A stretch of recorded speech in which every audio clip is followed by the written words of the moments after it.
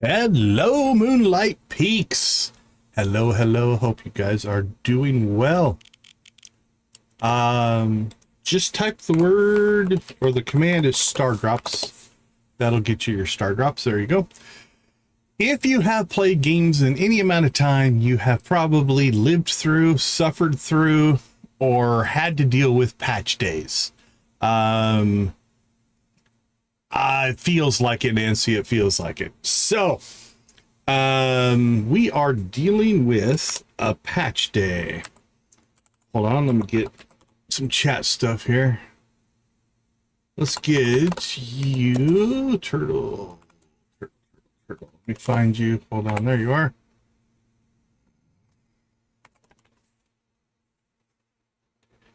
Let's get you up to 2,000. That'll be a good number.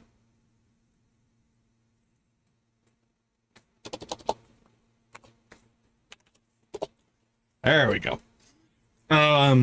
Okay, so if you've been through patch days, you know that change is a big part of it. Balancing, all kinds of stuff goes into a patch day.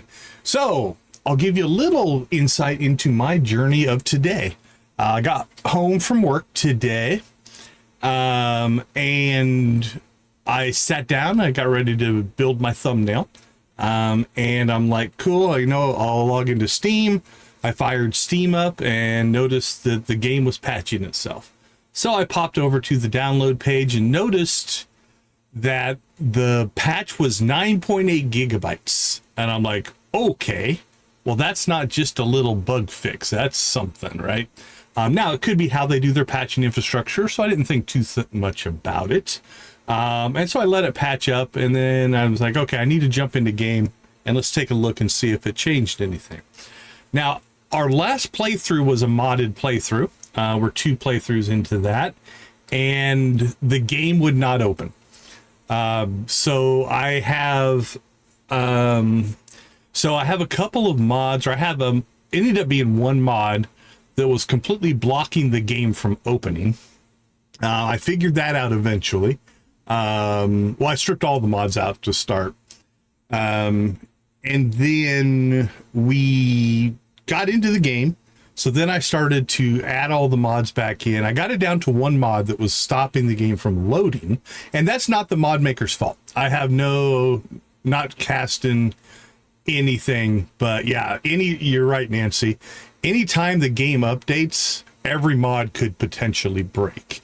So I did get the game loaded, but all of my mods are not working either.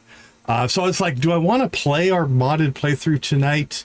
Probably not. I might end up starting a new playthrough based off this. We'll see. So I'm like, okay, I need to read through the patch notes. And I start scrolling through the patch notes, and it's like, okay, there's more and more and more and more. It's like, holy cow. This is a big update. They listed on Steam as a major update, patch notes 1.2.3. Jex, I can't say for sure, but welcome back. Okay, now, so what we're going to do tonight. Yeah, well, and I always play vanilla the first time, and we might go back. I might actually, based off of this, what I read through the patch notes, I might go back and play another vanilla playthrough. We'll see.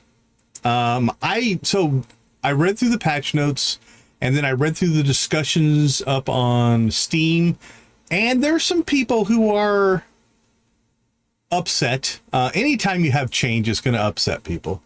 I think my initial take is, by and large, it's a lot of really good changes. But what I decided is like, you know what? Let's just go through it, and feel free, anybody, as we go through these, if you have an opinion, let's discuss it.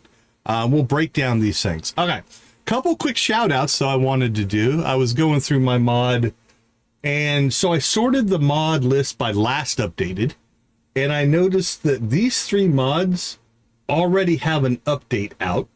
So it's 6 hours ago, 6 hours ago, and 3 hours ago, and they're all by a mod maker named Dirty Reds. You can't quite see it under my camera. There we go. And he's got, it looks like 9 Moonlight Peaks mods, and he's updated 3 of them already.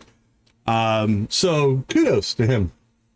Now, I haven't sat down to break out and figure out, okay, which of my mods are working, which are not working. I don't know what I'm going to do tomorrow. But I will probably we're either going to start over, maybe start a vanilla run.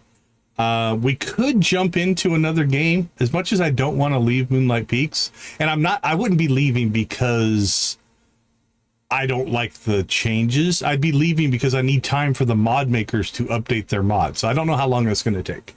But we'll discuss all that tonight. That's the kind of the goal tonight, is I want to make this as much of an open forum as we can, and we'll kind of discuss what I see, and we are going to go literally line by line through every single update. Now, when you get down to the minor fixes, a lot of those are going to go pretty quick. The other thing that I'm going to try to do is I've opened up my my big save. So this is a save that we had where we have completed the game essentially. So we're in winter of year 2. But we'll also probably open up some new saves and we'll do some stuff. I did get my spawning mod to work.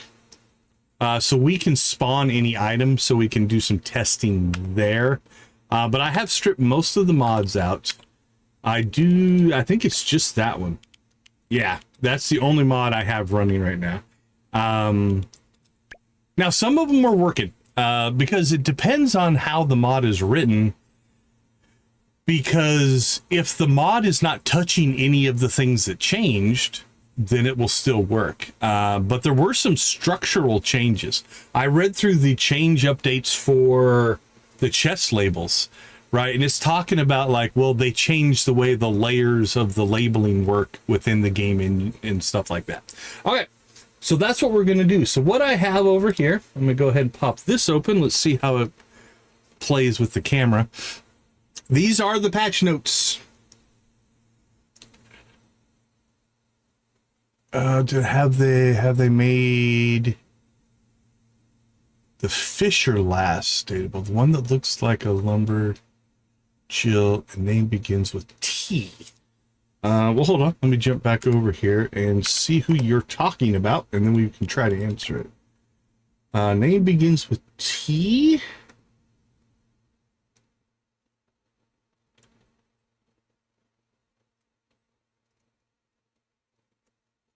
That's all. It's all good. Oh, it's so good. I will say this. If she was undateable before, that's a pretty rare thing. If you look through this game, actually this save, it might be kind of hard to see. Okay, there we go. Like Pumpkinhead and Celine are not dateable, but almost everybody in the game is dateable. So yeah, there's the mermaid.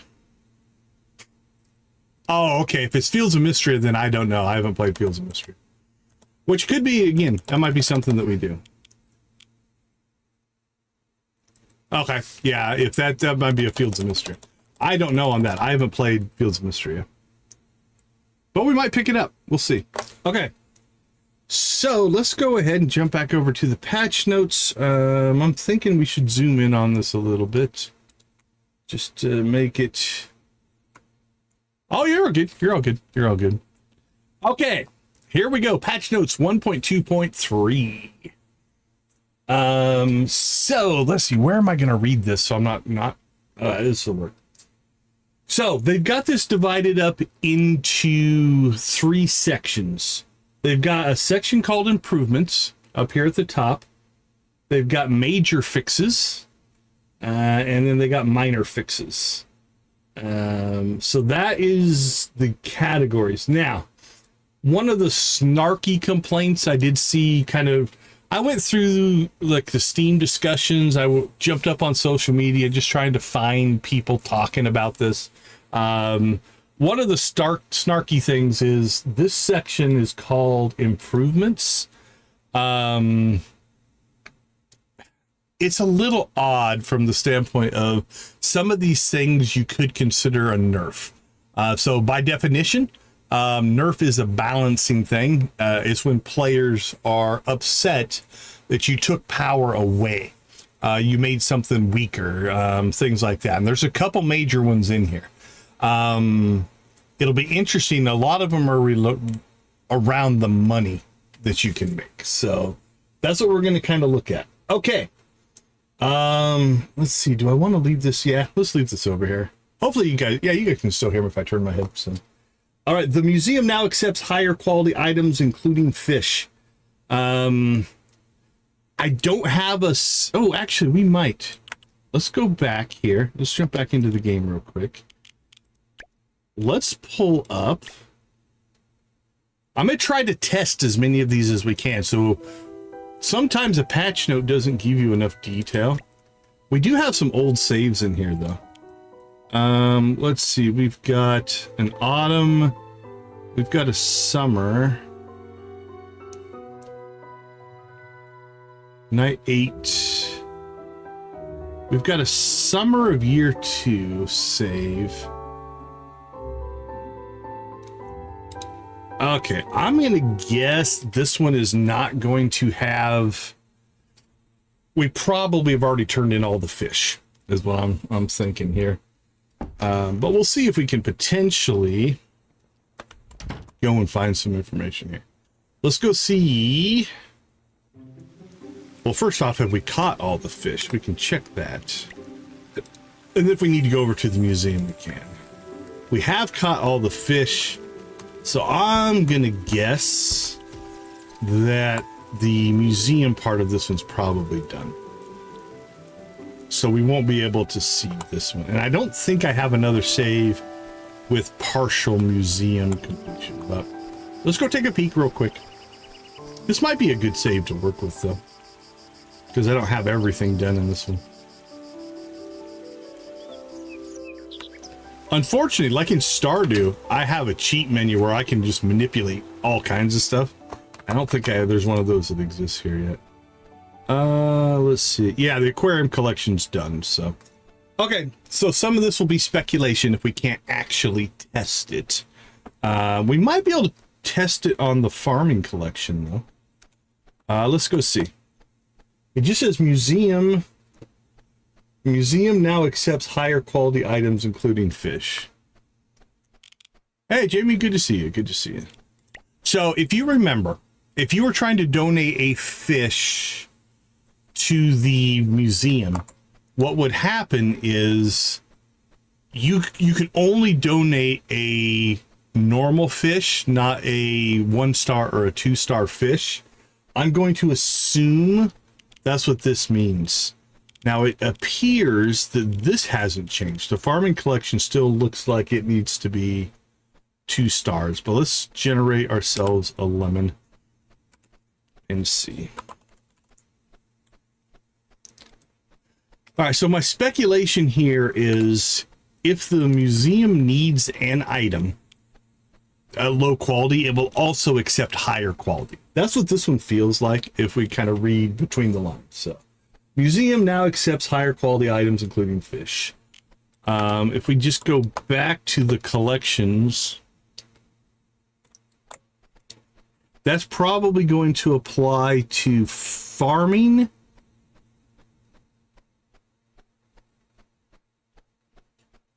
Or probably, no, it's probably only going to apply to the aquarium. Do critters come? Oh, I didn't leave my... Let's see. I don't remember if critters come in different quality levels. I should have left the mod on. I had a mod that would let me get into my global storage. I might turn that one back on because it was working. So, okay, well, let's try this. Let's go ahead and get ourselves a...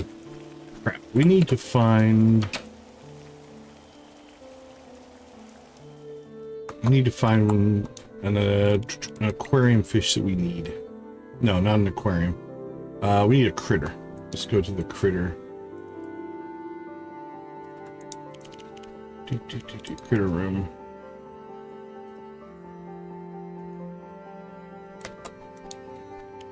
Okay, so we need... I'm gonna guess we haven't donated an autumn wing based off of that. Amethyst. Okay, here's the autumn wing. Let's try to get a high quality one. Okay, so it did not spawn. You notice it didn't give it a star rate. So yeah, there's no critter. So I'm gonna just say that probably applies to fish. Okay, moving on. The red gramophone is now always available for purchase in the Broken Lamp. That one we can go verify. So why does this one matter? The red gramophone is an item that you need to grow the muse tree. And previously it would randomly spawn. So you could get it, but you just had to get lucky. Which basically meant you had to go every day possible to the Howling Hammer here and hope to buy it. So if we shop here, I want to buy something. Let's see if it shows up somewhere. All right, let's just start from the beginning. It showed up here. I don't see it there. I don't see it there. I don't see it there. Don't see it there. Don't see it there.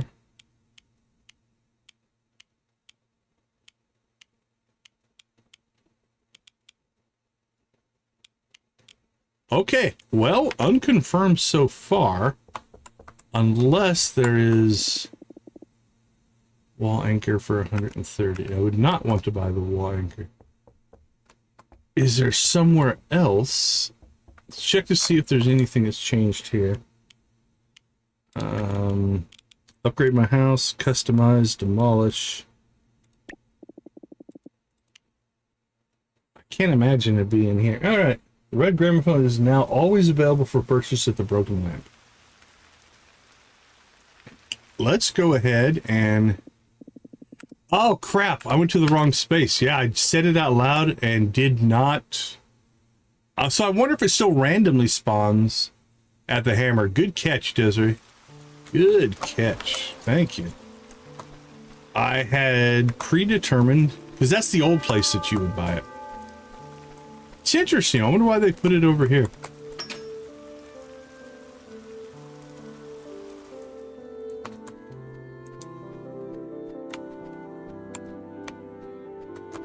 So, we gotta wait until, I think it's...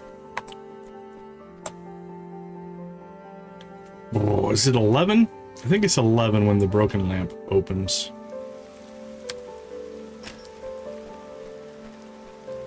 Yep, 11 p.m. Alright, here's what we're gonna do.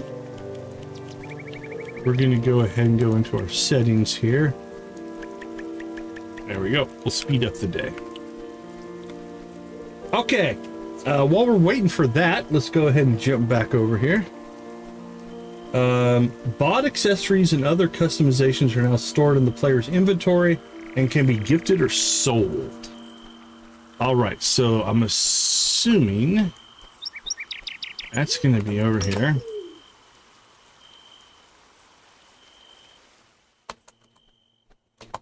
Is it the weekend? No, it's Monday. Where's everybody at? Open 8 p.m. to 1. Oh, it's not quite 8. Okay, we'll wait this one out too. So, what that should mean is if we go into this interface,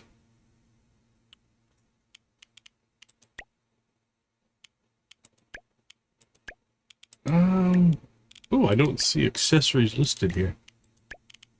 Interesting. Okay. Let's wait and see. We'll wait for old Eris to show up.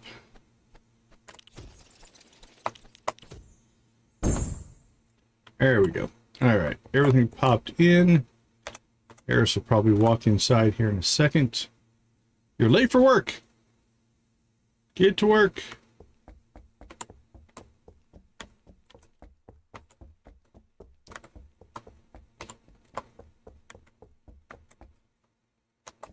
Where are you?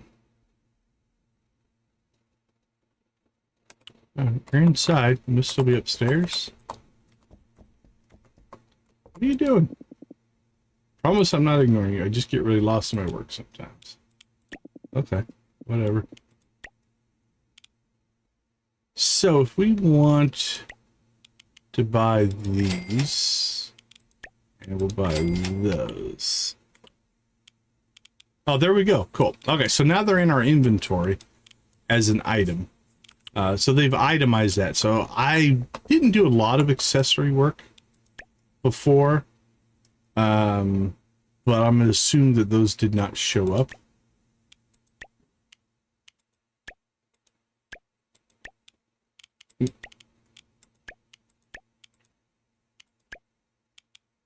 All right. So they don't show up here. Now these might show up. Let's try the alter ego potion.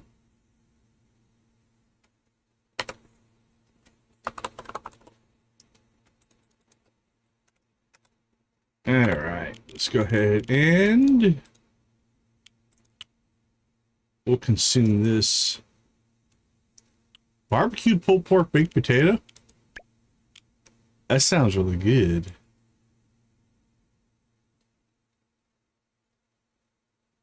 Okay. Well,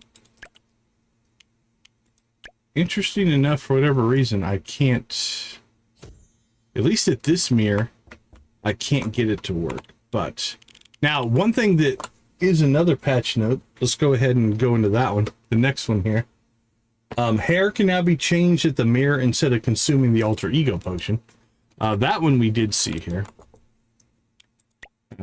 So if we come in here to the mirror, and we'll try the mirror at home as well. But you'll notice that your hairstyle is now in here. So you can change that for free as opposed to using the potion. Like it was before. Hairstyle and beards. We got shoes, pants. Oh, I wonder. Okay, here's another speculation. So, if we go in here, can we just... No, we can... Yeah, we can't equip from in here. Okay. Let's go home. And see if our home mirror works any differently. And we'll also see if those go into the global storage as clothing or not.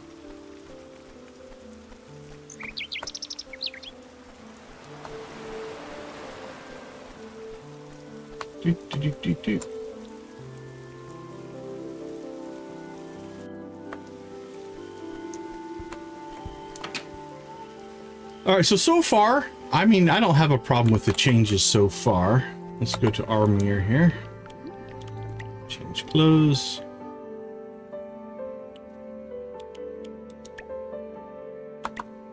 Oh, okay. So here's what's happening. They added the hairstyle to the interface, right? Which means it pushed the accessories off the edge. So it's there, you just have to scroll over to it. There we go. So if I take that off, does that put 2 of them in my inventory? Let's see.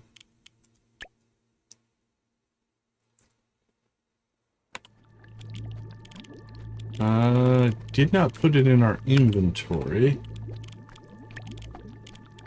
Okay, but it did put it in our global storage.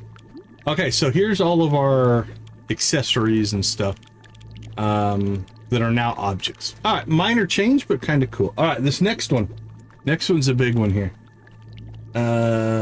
Cooking can now be done in bulk.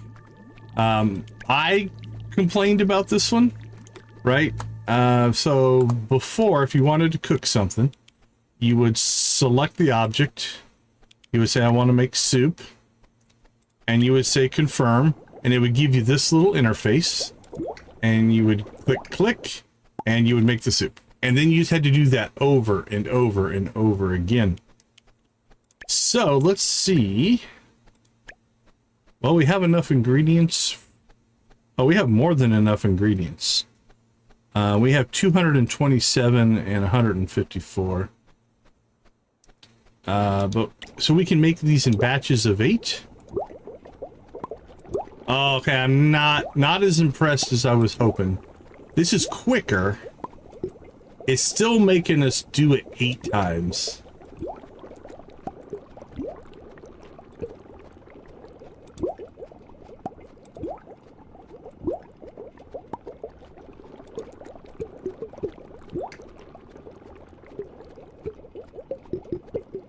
I'm trying to see, it looked like it was speeding up and going faster when I missed, but... Okay, it's better. That's an improvement. But I would have liked to have seen that be a little bit more... A little bit more like you only have to do the mini game once and it would make all 8. Now... I'm going to leave that there. Okay, so escape can get you out of that as well. Cool. Which is the next patch note. If we look here, cooking and crafting can now be canceled. So if we commit to something, let's go ahead and go over here. And we're going to make ourselves, let's say, 200 fodder. We'll get this rolling. So that's doing its work now. It's almost 11. We'll go back to the... Okay, so this is now doing its thing. I can come in here. Oh, probably not the automated machines. I'm going to say it's probably over here then. Let's see. We're going to craft 8 kegs. All right, so I work on the cave, work on the keg. But I don't want any more kegs. I changed my mind. I hit the escape key. And I can cancel out. Okay, so it doesn't look like you can cancel a machine, but cooking and crafting, the things that you have to do, you can actually cut out there. So that's kind of cool. Okay, so cooking and crafting can be canceled. The amount of nights between some mainline quests has been reduced. Not much I can do to show on this one. But basically, this feels like you'll be able to get through the story faster. So the mainline quest, it might, I'm just going to speculate. We'll make up some numbers here.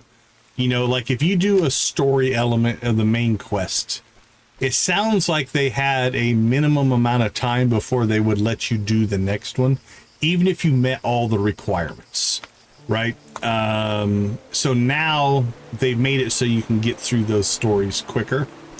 So that's probably what that one means. Okay, we're going to pop back over here.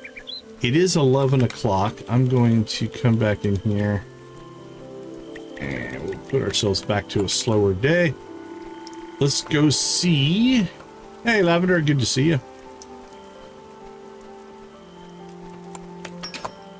Let's go see if we can find this gramophone. Now, notice in the patch notes, it says the red gramophone. I think there's a purple one as well. So you might not be able to get that one. All right, so we've got furniture. There it is, the red gramophone. You can buy up to as many as you want. I can buy 239 of them. I have no idea what that would do. That would be crazy, but there you go. So this one is a blockage. I was reading a couple people were saying like, I've been playing for 3 years and I haven't been able to find the gramophone. So that's a good one. All right, let's move on. Plum and willow trees now drop dark wood. Weeping willow trees now drop light wood. This is one in our original playthrough. I actually made a comment about this. When I was upgrading my tools, we could not cut down the plum trees. So the plum trees are the ones that are on the south side of your farm. They have like red leaves and dark trunks, which the dark trunk made me believe, well, that must be where we get darkwood. Now the weeping willows are the ones that are in the marshes. I don't know if I have any plum trees planted in this save. We'll go take a peek here. We might not. We might have to jump into another save to find some. But if you are playing from the start, the plum trees are the ones that are down here, right? So I don't have any plum trees here. Why won't you let me jump off there? I'm a bat, for goodness sakes. Okay, this is interesting. Okay, it was confused. It didn't think I was a bat. All right. Now the weeping willow trees are still these guys here. So this should still give us dark wood. That shouldn't have changed. Oh no, wait, these are the weeping willow trees. This has changed. Okay, so these trees in the marshes no longer give dark wood. They give light wood now. But the willow tree now gives dark wood, which is, let's see if we've got any down here. Don't know if I do. Don't think so. We've got ash. We've got maple. Okay, we got a blue willow. Let's see. Will a blue willow give us dark wood or not? Yep, so the blue willow gave us dark wood. Okay, so a different setup. So weeping willows no longer give dark wood. They give light wood. But plum and willow trees will now drop dark wood. Okay, so just for completeness here, let's go ahead and we're going to jump back to the main menu.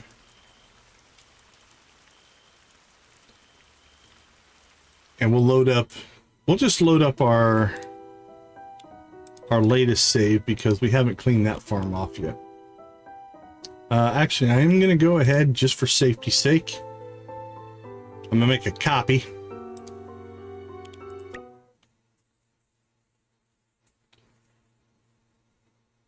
Yeah, you should definitely not push your eyes too much playing games.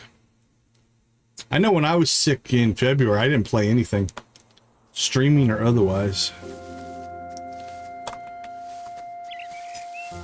All right, so if we come down here, the plum trees are these guys here, right? So this one now gives us darkwood, which makes sense. This is the one I thought would have given us darkwood from the very beginning. Well, they definitely seem to be dropping. We're 3 for 3 on seeds. We got nothing out of that one. 2 fiber. There's another seed. Seed. Seed. Seed. I think there's a patch note about this. There's some fiber. Seed. Seed. Seed. Okay. Well, I think getting seeds for tree farms has just gotten way easier. We're probably hitting it like a 75% rate here in getting seeds. This was another issue that a lot of people had where trying to get, if you accidentally cut down all the trees that you needed, trying to get seeds again was a pain. But check that out. We have 12 pine seeds, 3 ash, and 3 plum just from that short little time. All right, so I think there is a patch note on that. Let's see if I can find it. Maybe. Ordinals, blue flowers, no spawn. Okay, we'll find it. I'm pretty sure they put something in about that. We'll come back to it when we see it, though. All right. Forageables, including flowers, will now spawn even if low priority foliage is in the way. My speculation on this one. So low priority foliage is probably grasses and weeds and stuff. So what this should do is if you have a messy farm like this, let's say this was grass before and a flower wanted to spawn there, it would spawn there anyway, ignoring the fact that there was already grass and not getting blocked. That's my speculation on that, which will make collecting flowers easier. So far, the improvements are making everything easier and more accessible, from what I can tell so far. All right. Increase the respawn rate of foliage in non-plot areas, including trees. Now, this one, interesting enough, on this particular save, let's go back. Let's do a little experiment. I wonder if this is a slopes fix. So let's go ahead and grab this save right here is a copy. So we can screw it up if we want to. But one of the bugs you had to catch on the slopes, you had to get out of the trees up there. But if you cut down all the trees, it took forever for the trees to respawn. So let's go to the slopes. Also, we'll kind of keep our eyes open. We'll see if it feels like there's more flowers. Now, on this save, we quit kind of harvesting flowers. So there's a good chance that we could get flowers everywhere. That's a possibility. Yeah, they look relatively thick.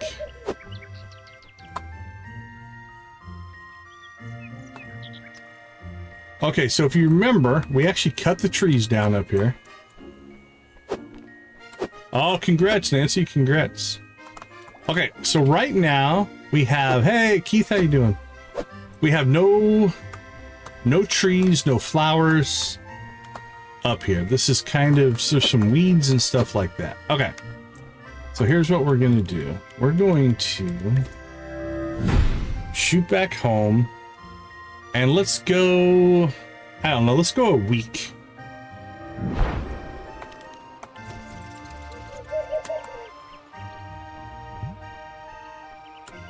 Now I'm hoping we don't have to go check it every day. It should. Heading to Earth. That's a statement. That's as bad as my talking about death. Okay, so if we look at the calendar, it is Monday. Oh, this is something we'll talk about here in a second. But that's in the patch notes as well. If we look on the calendar, it is the 8th. So let's go ahead and sleep.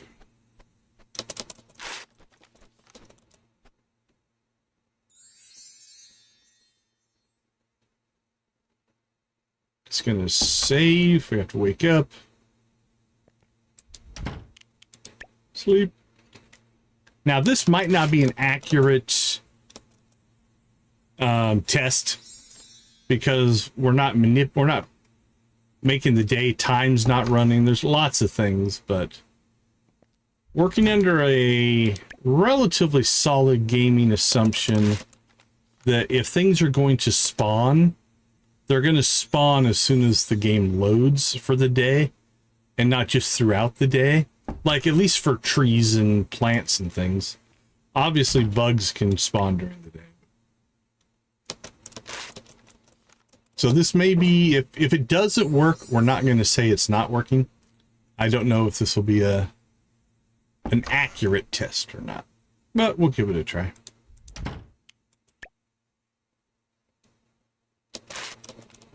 Saturday.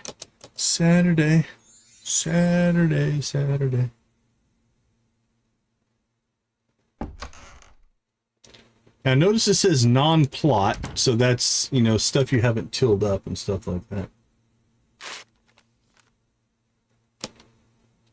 But more foliage respawn seems like a good thing. All right, one more sleep.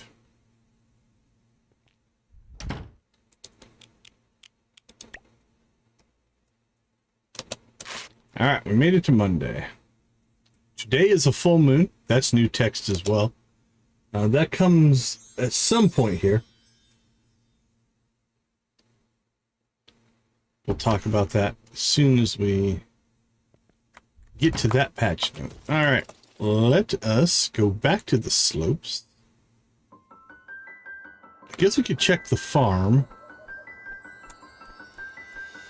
All right, well, I'm not seeing, like, this is wide open here. Now, it's winter time. That also could be a factor. But I'm not seeing a whole lot of trees respawning. We got a little bit of stuff here, but not a huge difference there.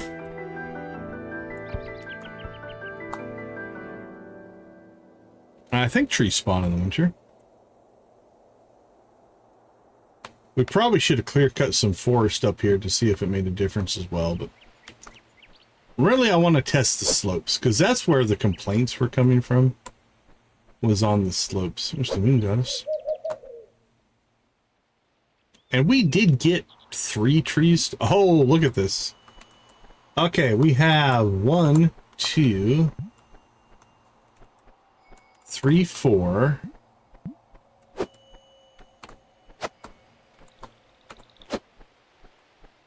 All right, we have 4 tree spawns, and in a week, I'm going to argue we have basically filled this place up. All right, yeah, that feels quicker. This place, if you remember, we were clearing it out, but a lot of this stuff was slowly spawning in. But yeah, 4 trees, and not only that, this tree has grown. These 2 are still pretty small. They've all grown a little bit, but all right, that's pretty cool. Not too bad. Increased respawn rate of non-plot areas, including trees. Sugar bones now grow to full length everywhere and are only harvestable when full grown. I believe we're going to have to go to the marshes, and I don't know if this is a seasonal thing. We might not be able to test this in the winter. But let's go see. Let's see if we can find a sugar bones. I did notice this in our... I can't remember if I was testing something or was in our last playthrough. But the sugar bones you can plant, and as they grow, they get taller. And what I'm thinking is, at least in the game last I remember, as soon as you saw one, you could harvest it. Now it looks like they have to go through a full growth cycle before you can harvest them. And again, they might not be in season. Let's see. Yeah, sugar bones are a spring, summer. We can test this in our new playthrough though, because it's in spring. So let's jump into that one. Okay, so that's, we have to remember, this is our original save. This is a copy. Yeah, I'm gonna go ahead and delete that. That was our tree test. And then we have Zach's there. Night 15, night 15. This one's our copy.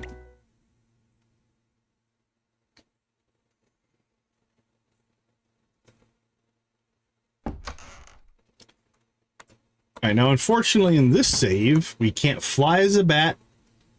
We also cannot use the witch's circles. So we are going to have to hoof it up to the marshes. Oops.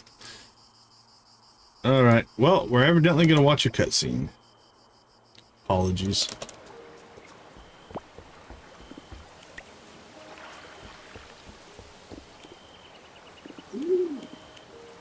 I don't know that I remember this one. On the bridge?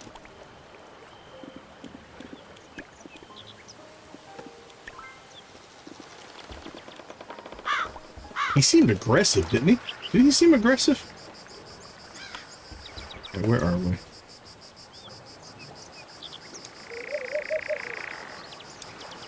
Alright. We are just south of Luna's. So we'll slip up here.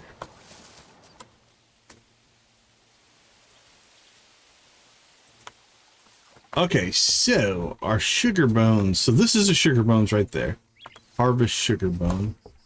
But a full grown one, I believe, is as tall as a person. See if we can find one of those.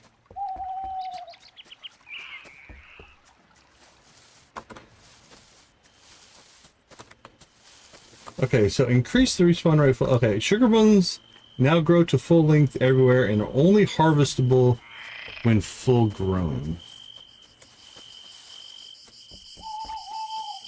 I don't think that's the full grown version, but it did say we could harvest it.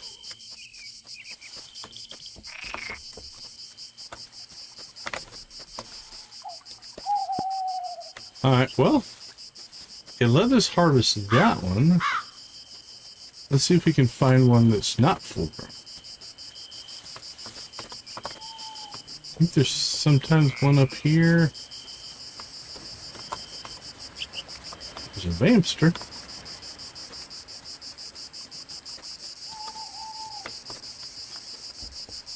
Alright, I thought they got a lot taller, but I might be thinking of something else.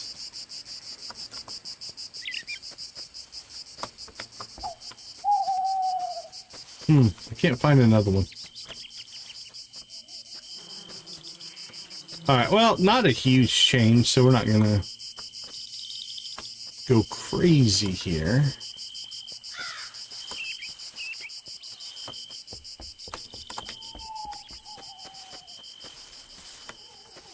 Alright, I don't know if they grow anywhere else. Let's jump over to the pines.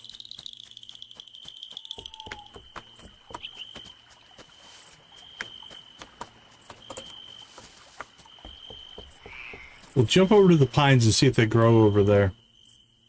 I can't remember. I always only remember seeing them in the marshes. But maybe we'll get lucky. Because over here I think is potatoes and eggplants and stuff that tends to grow over here.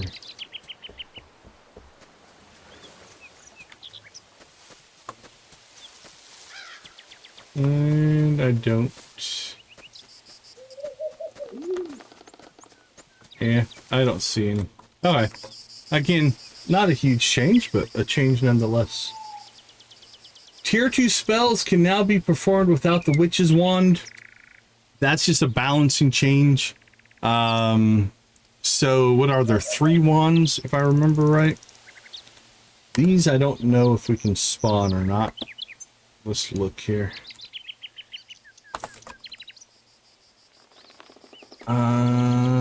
We've got the Aquaflux wand, the ultrasonic wand. Okay, we've got the broken wand, fixed wand, and the witch's wand.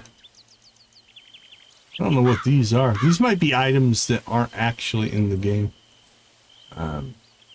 So what it feels like is you have a broken wand, you get your fixed wand,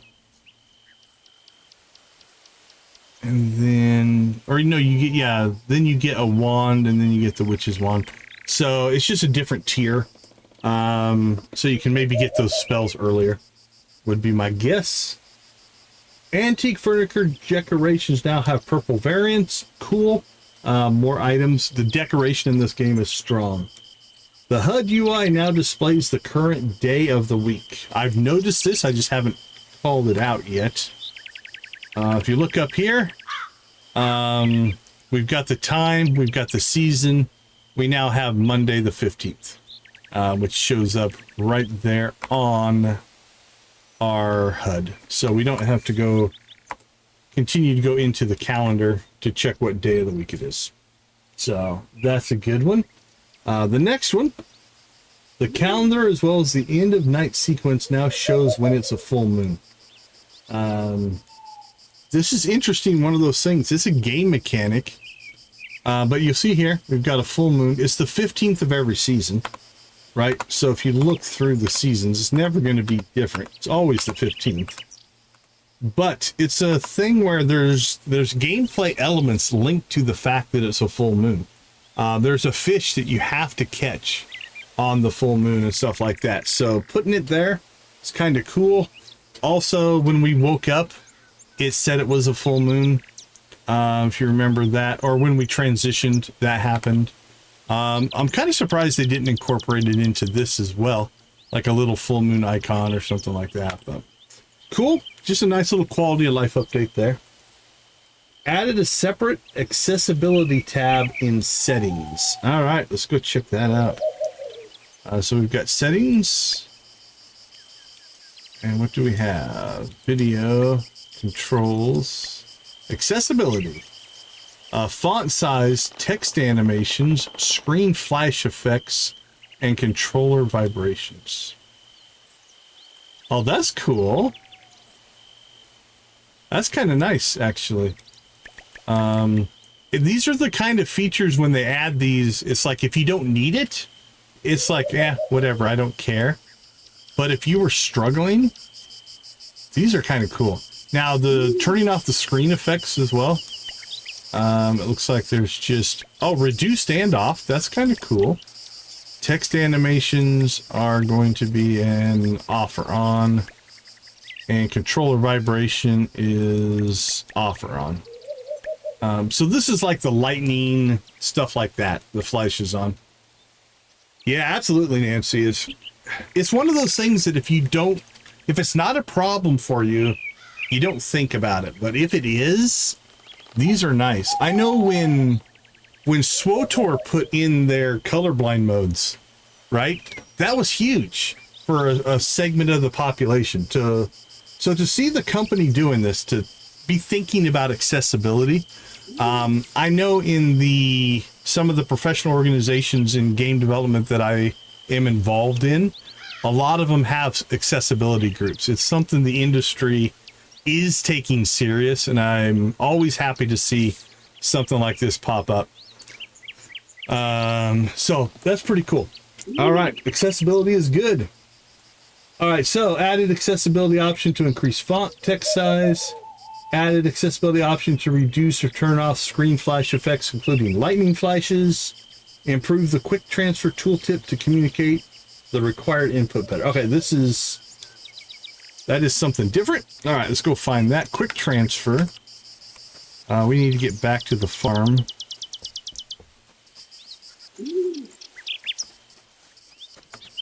And I may, during the first break, I might jump out and put my storage access mod back on. We'll see. Okay, it says tooltip. Left click, quick transfer.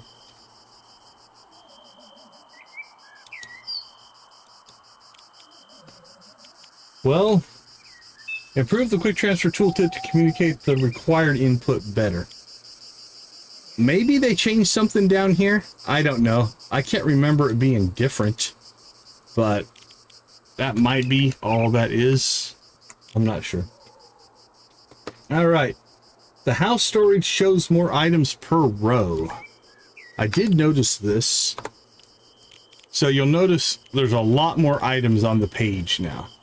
I'm still a little disappointed that there's not the search, the filtering system.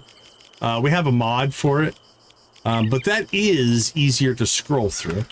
Now let's go ahead. Let's slip out and let's go take a look at our big save, because it has like 700-800 things in it. All right, good to see you, Jamie. Good to see you.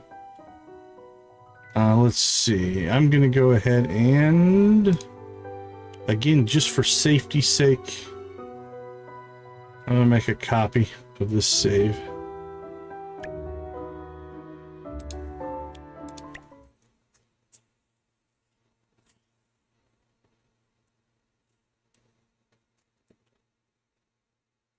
Good evening.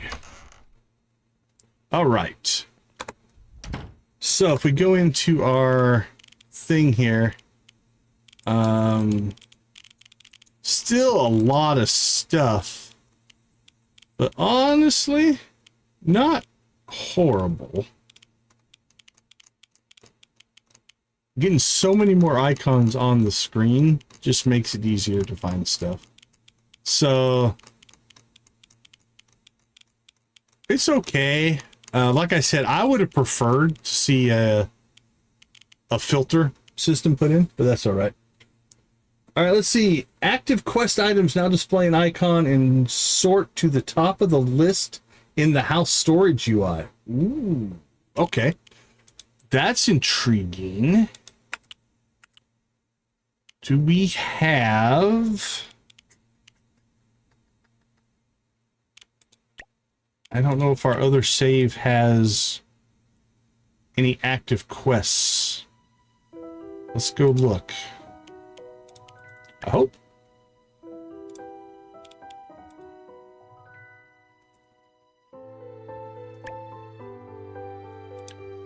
All right, let's play this one.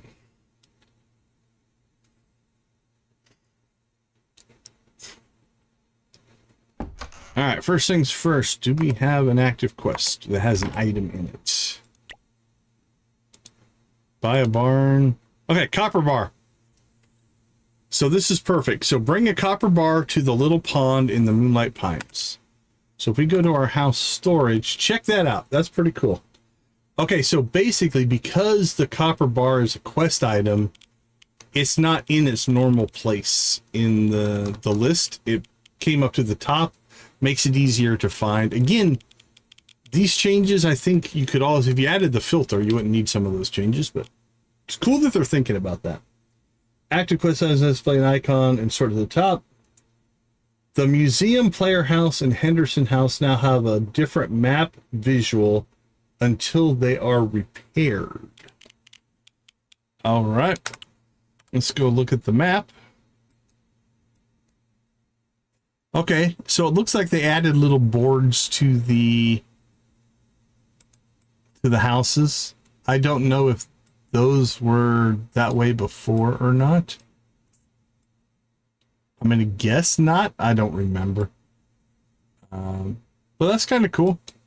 Again, little attention to detail items. We'll take those. That's an improvement. Let's see. The log blocking the waterfall now shows up on the map until it's removed. Okay. Let's see. That would be... There we go. That's right there. So again, they're little attention to detail, but they are improvements for sure. Crops in the almanac now show their energy, mana, and mana extract values. All right, now this is intriguing. Do we have any crops? Wild potato. Crops in the almanac. Oh, pardon. I'm looking at the wrong place. We need to go here. There we go. Produce cells for 15. Seeds cost 25 energy. I don't know if we have any crops that have mana extract value. Their energy, mana, and mana extract values. All right, let's go back to our big save here.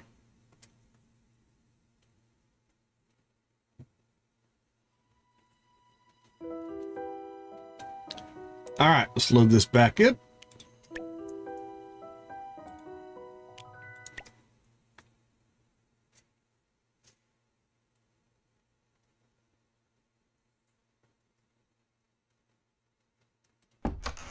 All right, so let's go look at the almanac here, because this will be more complete. Oh, there we go. Okay, so we've got 1 energy, 0 mana. Okay, 30 energy, 0 mana. There's the 400% for the mana extractor. Nightshade should be 100 or 80%. Now it's not showing the 1-star and 2-star values because they are different. So it's just showing the base. But that's cool. That's a good, again, these are the kind of things that we were downloading mods for. So that might be, we might play through another vanilla playthrough here. I'm not sure. All right, recipes in kegs, jam makers, mills, etc. now show the energy and mana their products give when they are consumed. All right, so this is going to be probably a similar, let's see, kegs, jam makers, mills. All right, do I have my jam maker anywhere? Put that out. I don't see it. Let's see. Oh, there we go. There's my jam maker.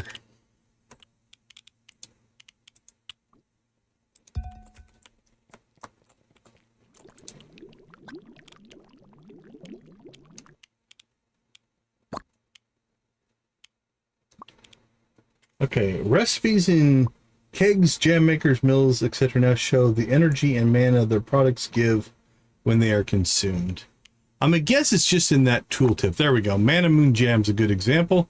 50 energy, 2 mana. So it looks to just be in the tooltip, which is cool. That's a good change. All right, next.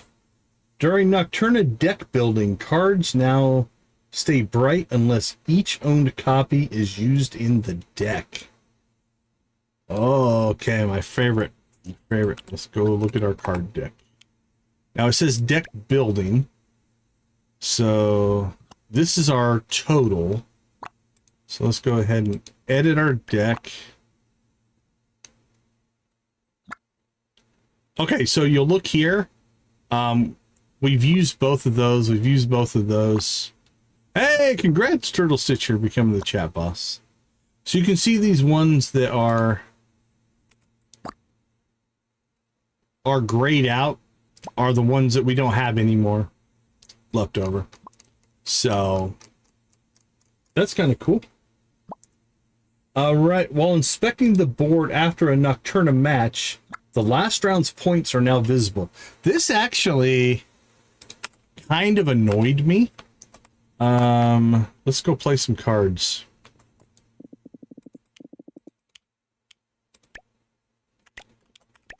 All right, we had to go into town. So what would happen is when you actually played the hand, at the end of the round, it would make the little gem thing go to the winner, but then it would remove the numbers and you couldn't see what the score was. Like, I can remember going back in the stream to look at our score. We did that a number of times. Let's see, Dragon, are you home? You're home. So let's play ourselves a hand here and we'll see. Dude, wake up. Really? Asleep? Unacceptable. I want to play cards.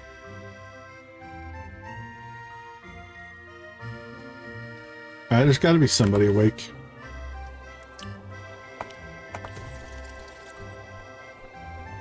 Death is awake.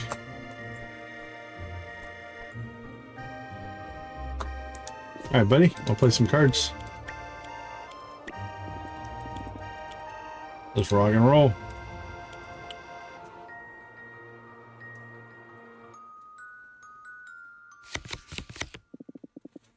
Alright, the cards emerge from the darkness. Let's see, what do we got? Let's go ahead and go for a persistence build here if we can.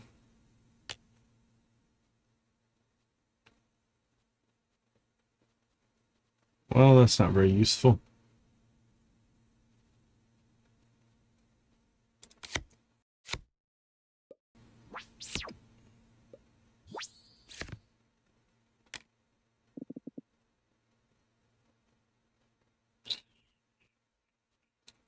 Does that persist?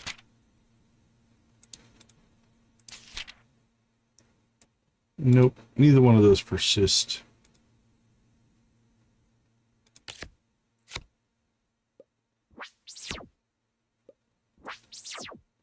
he hit us back. Okay. I don't think this is working. Let's read it again.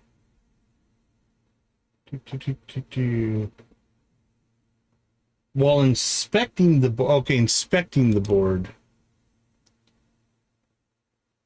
All right, maybe we have to get to the end. Okay, I'm a little disappointed that it didn't stay at the end of the round, though. That's what I was kind of hoping for. Well, we've got to win this one, so let's get some cards out there.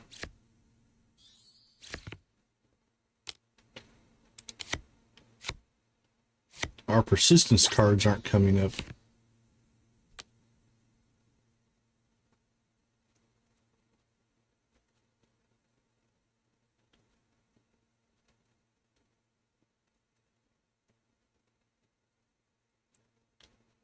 You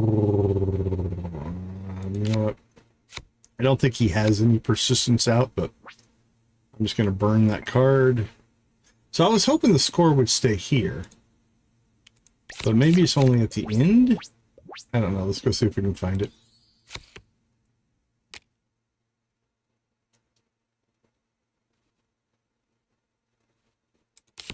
Alright, we'll get Draculam on the board. Little Chester.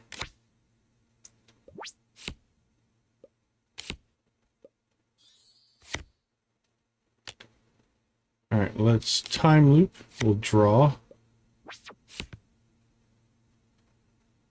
We'll enlarge. And we'll go vampire.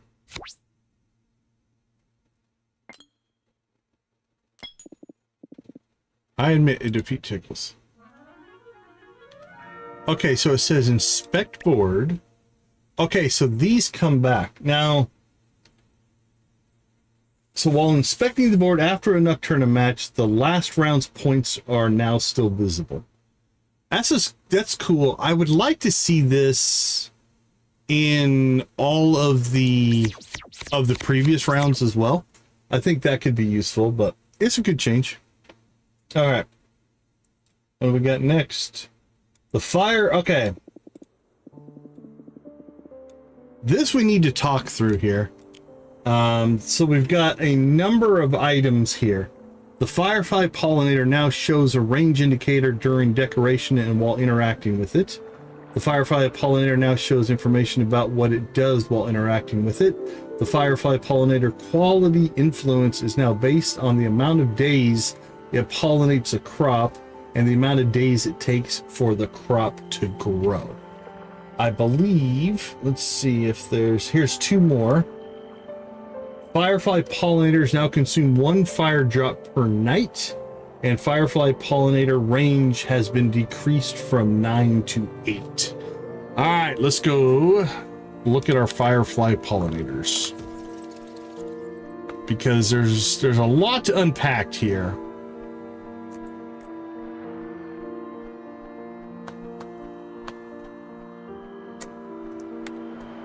Up and over. Home again, home again. Now, this is going to make us rebuild our way of doing stuff. Now, if we look at the way we built out our system here, we actually assumed it only did the things that are close. But if we look at this, the pollinator is the same size as the scarecrow, right? So now we just need, I think, 1 pollinator for all of this space. Now let's do a little bit of measuring here. 3, 4, it should be 5. Now it looks like 4.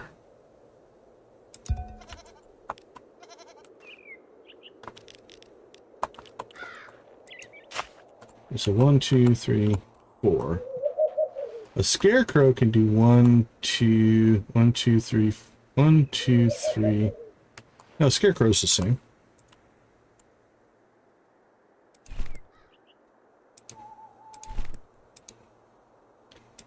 Yeah. Okay, no, they're both doing 5. I don't know what I was thinking. I just measured weird, I guess.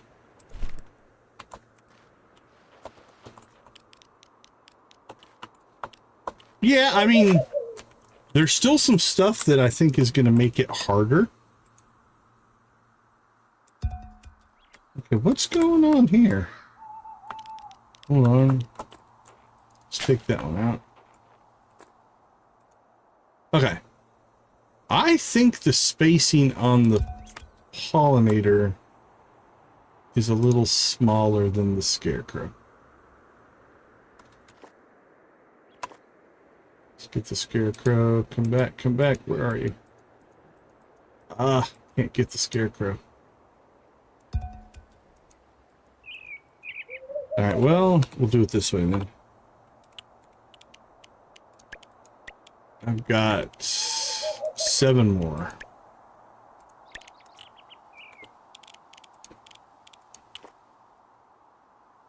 Yeah, the scarecrow's one bigger. Alright, so if we look at the scarecrow.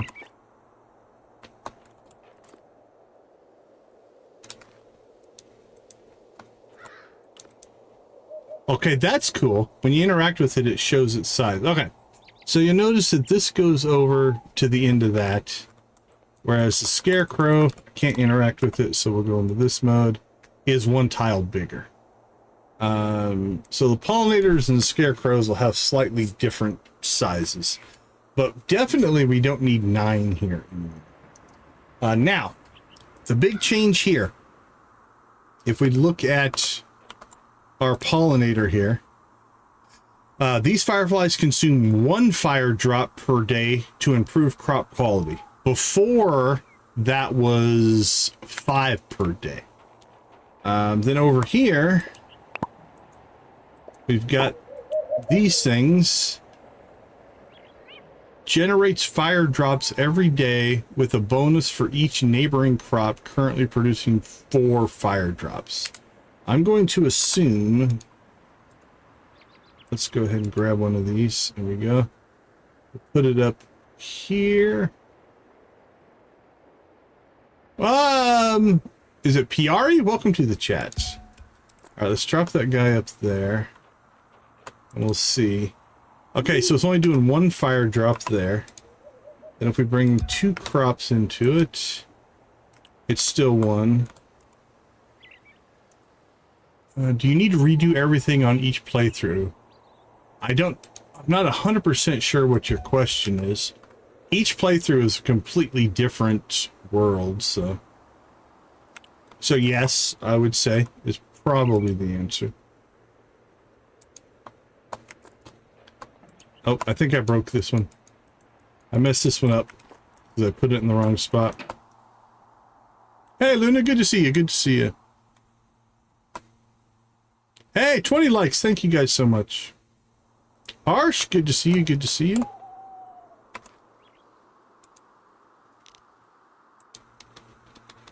Okay, I broke that one.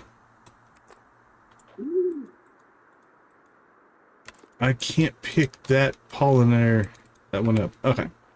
Well, let's get one on a different one then. Okay, so let's try... let's try how many crops. That one has 4 crops. Okay, so 4 crops is 1 fire drop. All right, let's kick this up to, how about 1, 2, 3, 4, 5, 6, 7, 8, 9 crops. All right, 9 crops got us up to 2 fire drops.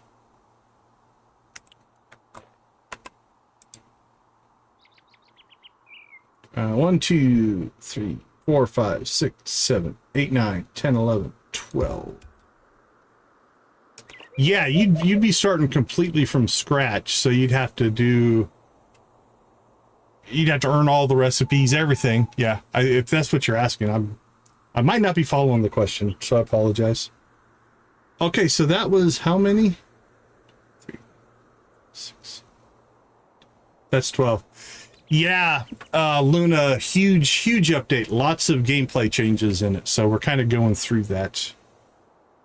Okay, so 12 got us to 3. 1, 2, 3, 4, 5, 6, 7, 8, 9, 10, 11, 12, 13, 14, 15. That's 16. All right, so 16 got us to 4. 12 got us to 3.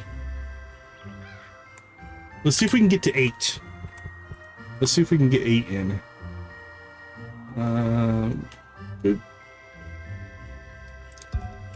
I think that's 8. 8. So 8's 2. So every 4 crops, it looks like, get you a fire drop.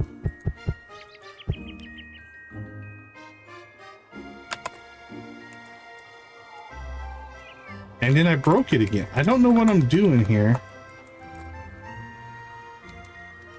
I can't interact with that anymore. I think it's interfering with that. Let's see if I can get that to fix.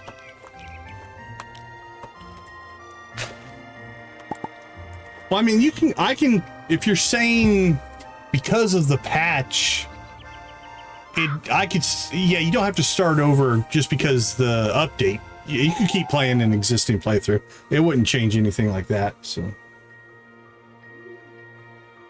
Okay, so if we have 9, 8, that's 7 crops, and that should be 1 star. Oh, that's still 2. 1, 2, 3, 4, 5, 6, 7. 1, 2, 3, 4, 5, 6, 7. It's not an exact piece of math, I guess. Let's go to 6. 6 still has us at 2 fire drops. Take us to 5. That gets us to 1. Okay, now let's do some math here. If I put this over here, it is maxed out at 4. The old numbers, let me put these into a spreadsheet. It was 5 per day per pollinator, and you could get up to, was it 23? I think it was 23 per day. In the pollinator, not the pollinator, but the sanctuary here that we're looking at right now. Now the numbers are 1 per day and 4 in the sanctuary. So 1 sanctuary can feed per day, assuming I think these still are going to do 4 per day, 4 pollinators. Before, it was 4, and then it would have been 4.6. So this is a slight nerf. One sanctuary can run 4 pollinators per day. Before, 1 sanctuary could run 4 pollinators, and then you would have 3 extra. So you'd have 60% towards a 5th. So a little bit of a nerf, but I don't think this is going to make that big of a difference. Now, I don't know if this actually changed, but the inclusion of this, like, I have 9 pollinators over here because I thought they only did the adjacent crop. That is definitely not the case. You can see here, for this plot, I think we could put 1 pollinator here and we could get this whole crop in. So 1 pollinator would do this whole crop. Now let's see if we can move. Well, let's do something here. Let's move these out of the way. Which means we're only using, for this entire field, we could do 4 of these fields of this size with 1 sanctuary. So I might have been a little bit of overkill. I'll take the blame for that. But we don't need the infrastructure that we have here. All right, let's clean this stuff out and see if we can. All right, there we go. Now, we have broken this a little bit. This is concerning. I can't tell, but because of where we place these things, I can't interact with them anymore. Now, I did read people were complaining that they also could not move their...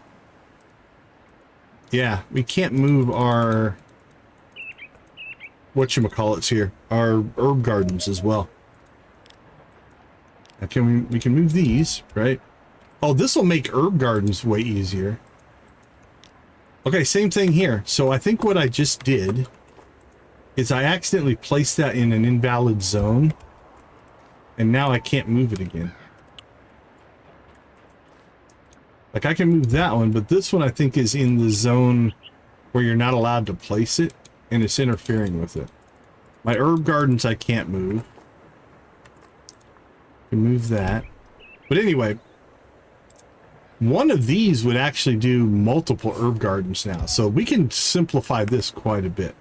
Let's go ahead and try on the herb gardens, though. Let's make sure it's not a magic spell that we need to cast here. Magically move a building. Right now, we're finding a couple of inconsistencies. Yeah, it's why I chose not to play tonight. Plus, some of my mods aren't working. Patch days will always break mods. Yeah, see, these are not buildings, so we can't move them as a building. Let's see, let's remove...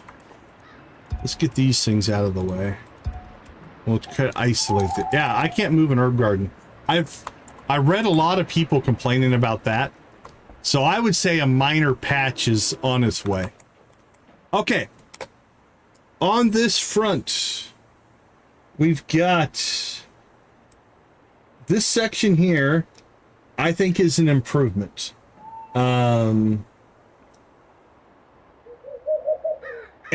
the Firefly's pollinator quality influence is now based on the amount of days it pollinates the crop and the amount of days it takes for the crop to fully grow.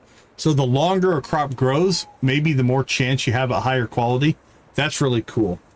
These two changes...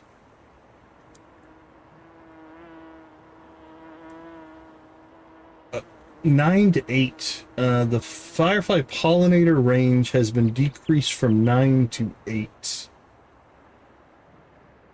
All right, let's go back and look at that range real quick again here.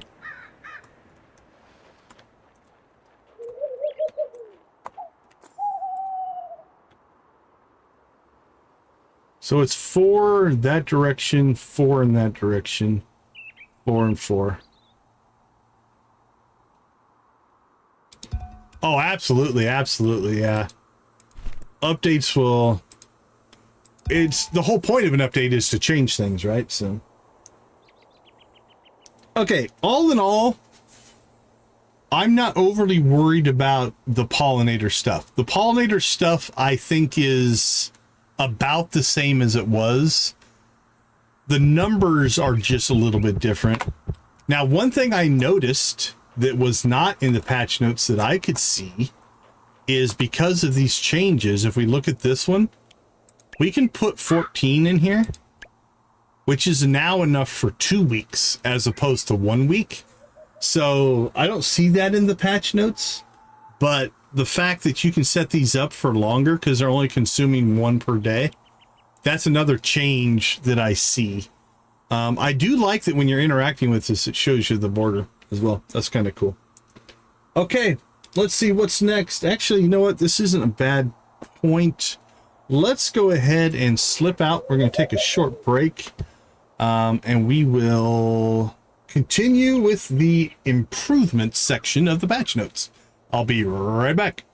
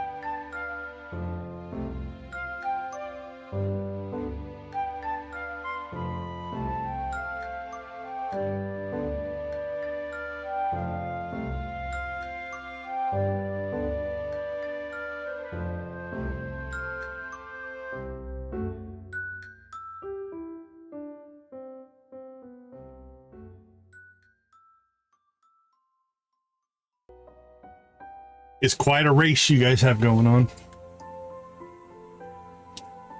All right, let's get rolling here. So next up on the list, an animal now complains about other animals in the same barn once every 7 nights. I have no idea how many times it complained before, so I don't know if that's more or less. I don't really have anything to say on that one. Animal complaints about missing food or too much compost now have priority over complaints about other animals. Okay, so that's just a prioritization. If you don't feed them or if you let their poop build up, that's fine.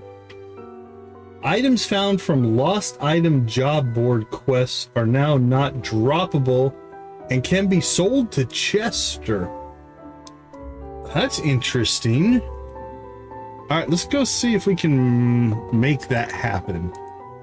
I had to reload because the day was about to end on us. All right, let's just go back here. I'm gonna see if I can spawn one of these. Not droppable, but can be sold. I'm not sure on that one. Whoa, Mina's losing her mind. Look at her. Oh, she's stuck behind the camera. There she moved. Okay, I believe there is a sketchbook. Yep. Okay, let's get this. I don't want to place it. Okay, I didn't go to my inventory. Let's see.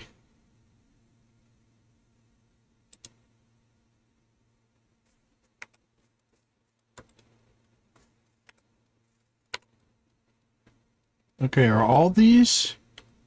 Click to place at your cursor. Building skip this bag. All right, let's see. What other items are there?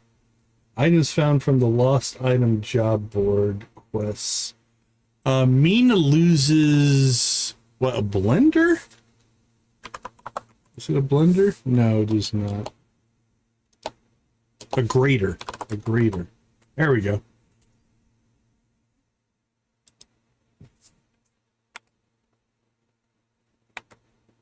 Oh, wait, nope. Mina's lost grader is something different. Okay, well, at least in this interface, these are placeable items. So I'm not 100% sure. Not droppable and can be sold to Chester. Well, okay. Mining bronze, iron, and gold ores now also drops stone.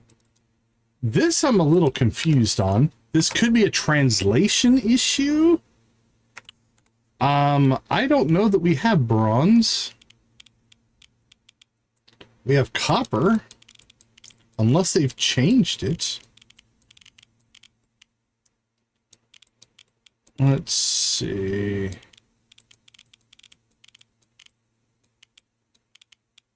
Yeah, it's still copper ore.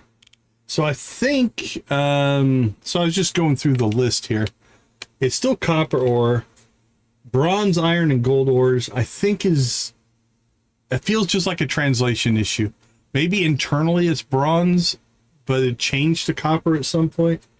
I'm not sure on that one. All right, this is a big one. Shaking trees now costs 0 energy. So that is now a free action. So if you want to shake trees to your heart's content, you should shake every tree. And with what feels like a increased spawn rate of stuff, it's probably actually a pretty good idea.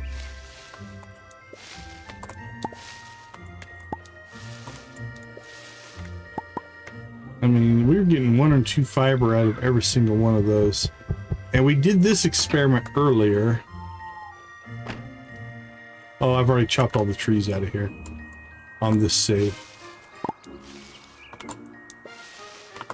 These are fruit trees, so they're not going to drop what we want. Let's slip up here.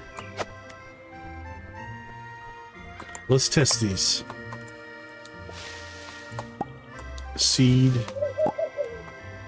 Fiber. Oh. We're trapped. Another seed. Oh, sorry about that. I'm just shaking trees. Thanks for the heads up. Forgot to switch you guys over. So we're testing the tree shaking. It's not using any energy.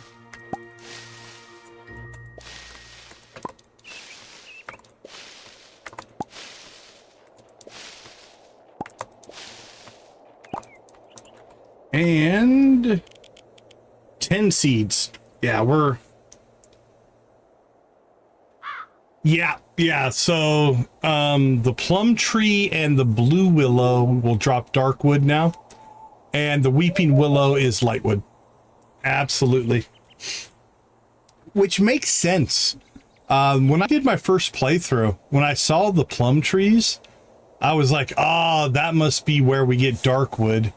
Plus you need the higher end axe. I think it's iron or gold to cut them down. And I was actually surprised that they didn't drop dark wood. Okay, so shaking trees costs no energy. That's a good one. We already talked about the firefly pollinators now consume 1 and the range there. Done and done. Okay. This is the one that is controversial. This is the one that people are complaining about. So far, I'm going to argue up to this point, everything has been an improvement. Yeah, I'm actually thinking about starting my current playthrough over as well for the very same reason. So up to this point, almost all the changes I think have been either positive or really didn't make that big of a difference. So for instance, the pollinator change is technically a nerf, right? It is taking you from a 1 sanctuary for 4 pollinators as opposed to 1 sanctuary for 4.6 pollinators. It's a small change, not that big of a deal.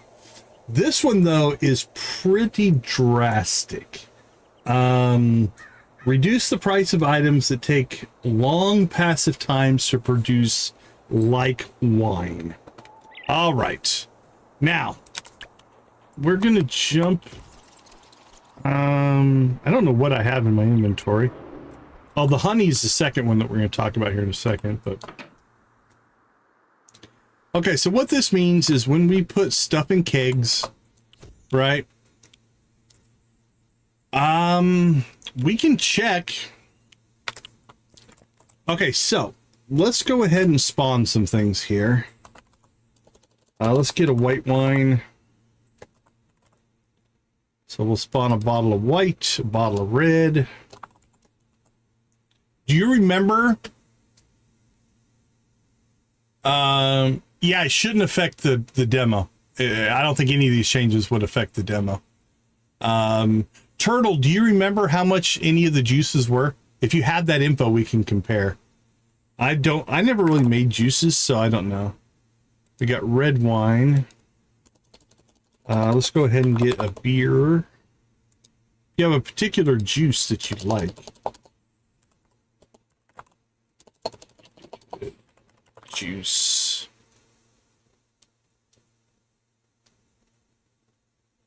Because I don't remember any of the costs of any of the juices. Okay, white grape juice. Let's go ahead and take a peek at that one then. Okay. So, now my memory on all these is not going to be complete. I do remember... Oh, we got the 2-star versions of all these. Let's see. I do have in my notes here somewhere. I got a 630, a 400, a 420. All right, hold on. I'm going to do this over real quick. I'm going to put this back to regular. Let's grab that juice again. Oops, let's spell white correctly. White.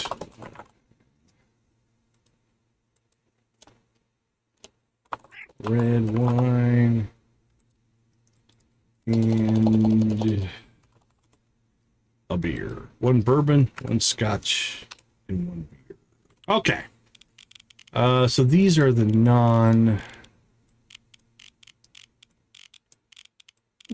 okay. Oh, I don't have my mods installed. Let's go talk to Chester. So from what I started looking a little bit, it's feeling like it's at least a 50% cut. Okay, so a beer is 270. Before, I believe it was 420. All right, so that's let's see, 270. So it's worth 64% of what it was before. That's Luna. That's the biggest complaint that I'm seeing online right now is the keg stuff and the honey. We'll talk about the honey here in a second. Okay, let's see. White grape juice is now only 30. I don't know what it was before, but it's only 30 now. Let's see if the wiki has any prices for us that we can check. See if they've changed already. We'll see how fast the wiki updates are. All right, let's see. White grape juice. But yeah, this is the thing people are upset about. Online anyway. Okay, so white grape juice on the wiki is listed at 120 gold for the normal. It is now worth 30.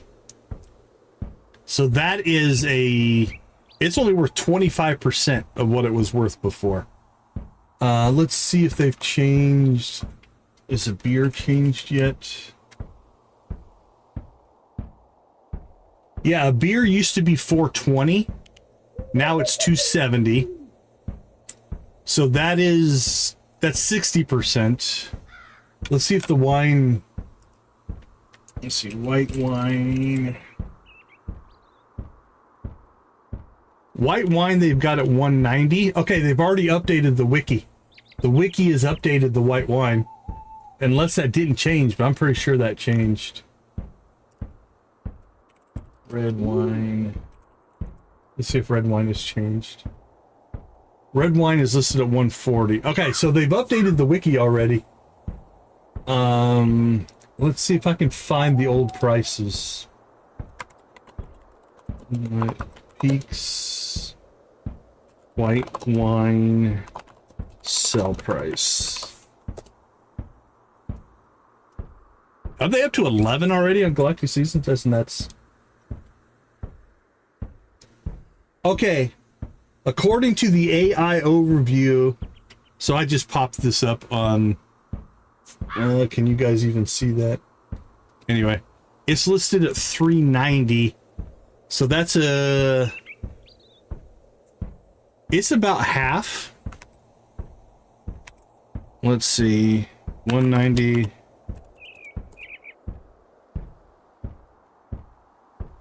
Yeah, it's about 48%. 49%. So it looks like wine's cut in half. Beer is about 20 or 64%. And then your white grape juice took a huge hit. That's like only 25% of what it was before. So yeah, it's a pretty aggressive decline in potential. Now, what does it mean? It doesn't mean you still can't make a lot of money. It just means you have to go bigger. I've been thinking about this since I saw this post. I've been thinking about it of like, where does this have the biggest impact? And unfortunately, it feels like it has the biggest impact in the early game.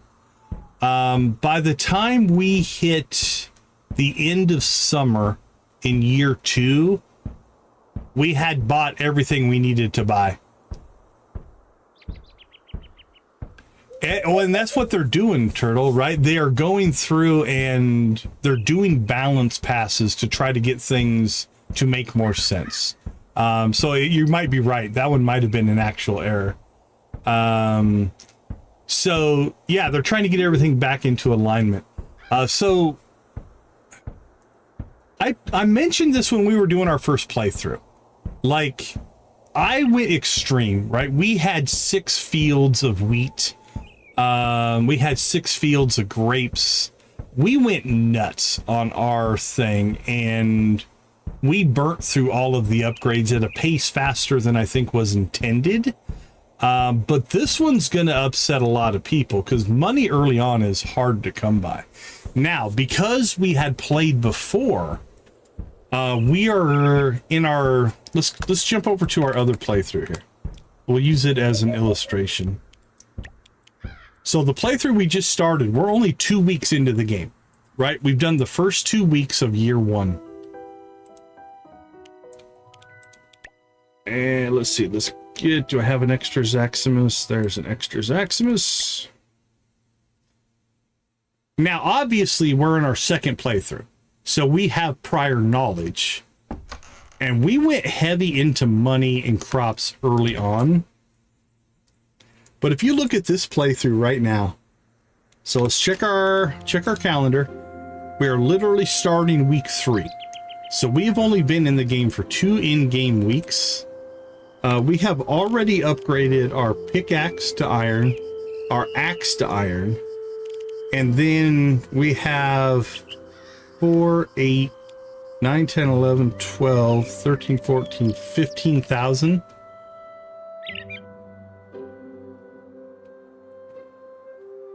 There were some performance things. We'll take a look at that. Yeah. I think by the end of week 3, I would have had all of my tools to iron. And we don't even have that big of a farm going here. We do have... This is mostly white grape juice and 2 kegs.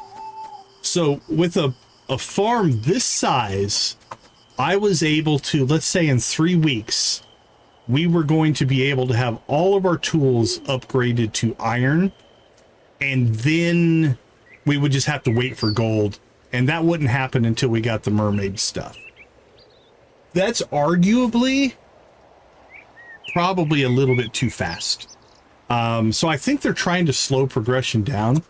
That's never going to be popular. Making money is hard. And especially early games. So I'm torn on this one. Oops, let's get the calculator off there. it's interesting because you could make the case that because it takes too long to make, that like the length of time should make it worth more, not necessarily less. What I find interesting here is, yeah, they're speeding up story, but slowing down some of the money. Now, the thing about it is, I could take, let's go back into game. If I expand this farm, if I just double the size of this farm, I'll be roughly making the same amount of money, right? We need 2 more kegs. We're going to need more grapes. Sure. And what it's going to do, though, is it's going to focus your time and make it a little more grindy. And I think that's what people are worried about. Because what's going to happen is like, well, now instead of watering this small little farm, I have to take twice as long to water my grapes.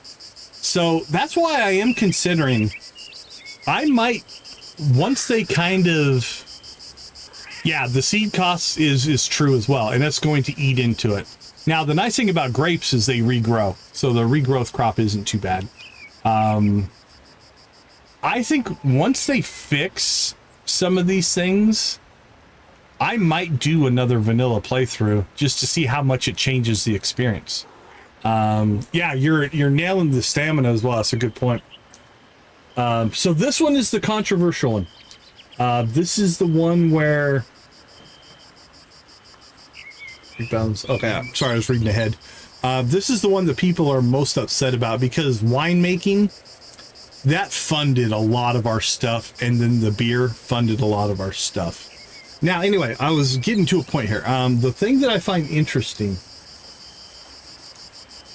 this statement right here, the long passive times.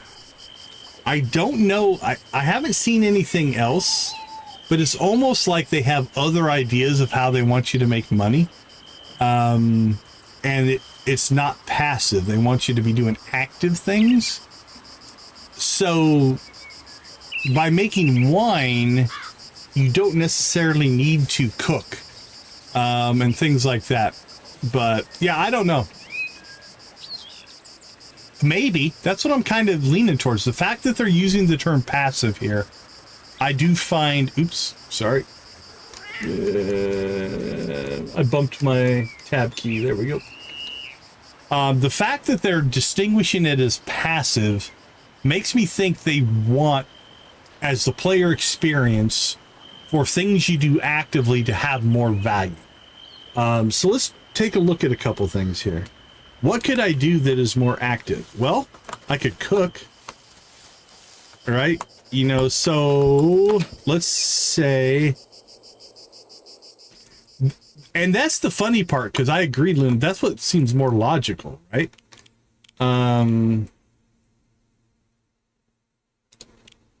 Okay, so how much is a normal farmer's stew worth? I didn't see anything in the patch notes for what we're about to check here. Let's go talk to Chester. I'm missing my mod that just tells me how much things are worth.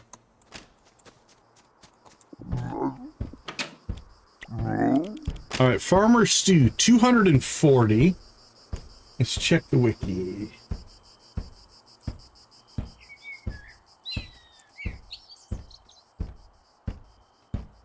Okay, that hasn't changed. But if you think about it, a farmer's stew that you can actively cook for 240 to sell versus just throwing a bunch of grapes in a keg and walking away for 2 days being worth more, because that was 390. Was it 390 before? I think it was 390. Yeah, 390 for the base quality.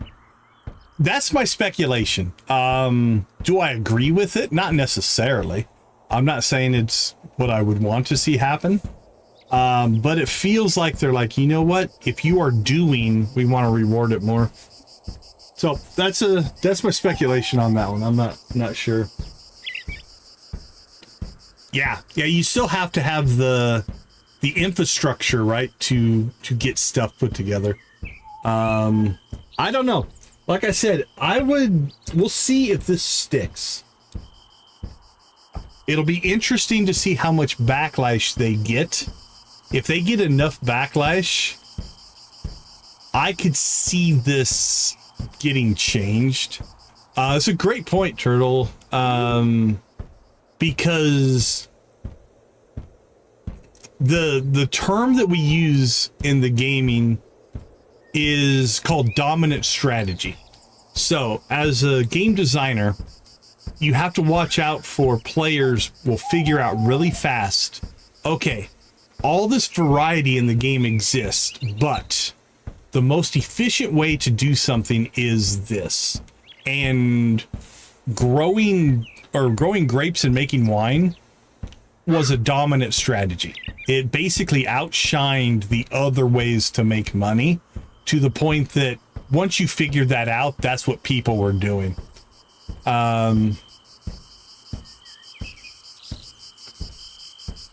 That's the big number drop is, yeah, it feels reactionary, and it also feels very like pendulum swingy, right? It's like, we're going to hit this and we're going to hit it hard.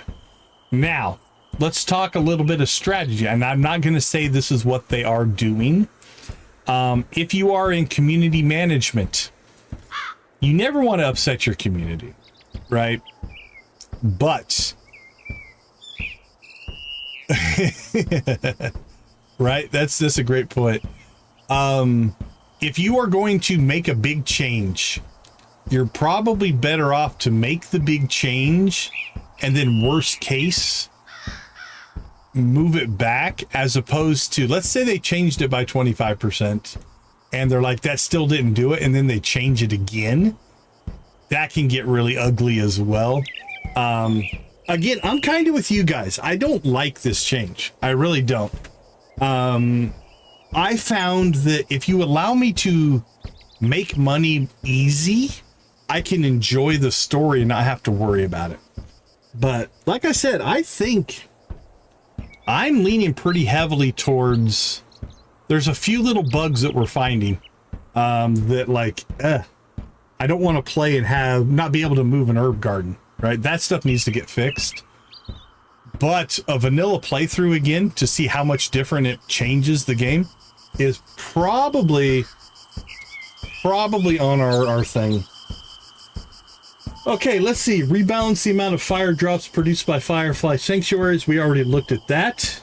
Okay, this is the next big one that has upset people. So let's talk about this one. Rebalance the amount of honey produced by bee houses. All right, we're going to have to get onto a different save for this. This one also is very similar to the wine controversy, if you will. Now, I don't know, has the patch hit the Switch yet? I don't think it has, but correct me if I'm wrong. Welcome to the chat, Jolene. Welcome. And again, please, everybody, feel free to, the variety of opinions on the changes are welcome. You know, this is, and if anybody has a differing opinion, please respect each other, right? I'll give you my opinion, but yeah, I didn't think it had hit the Switch yet. Okay, let's see. So, here's the next one. Honey. You notice all of my beehives here now only have 4. This is also a reduction from 16 to 4. So now these are only producing 25% of what they were producing before. Oh, for sure. Now, let's go see if it is selling for the same price. Because I don't remember. 20 each. Let's see what the wiki says.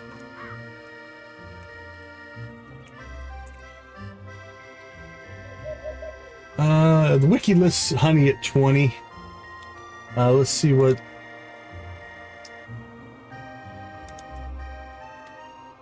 Yeah, I'm pretty sure it hasn't.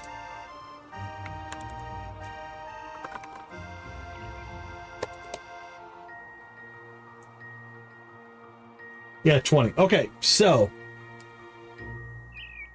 the cost of honey has not changed. So it still sells for 20, but the production has. So if you look here, instead of these being 16, they are now 4. So here's what we're going to test here. How many flowers do we have to have near this thing? Okay, that's 3.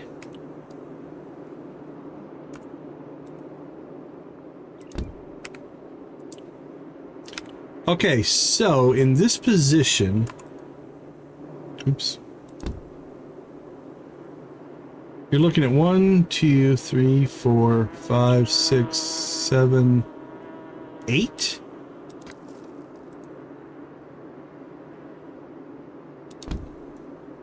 Let's see. Let's get out our...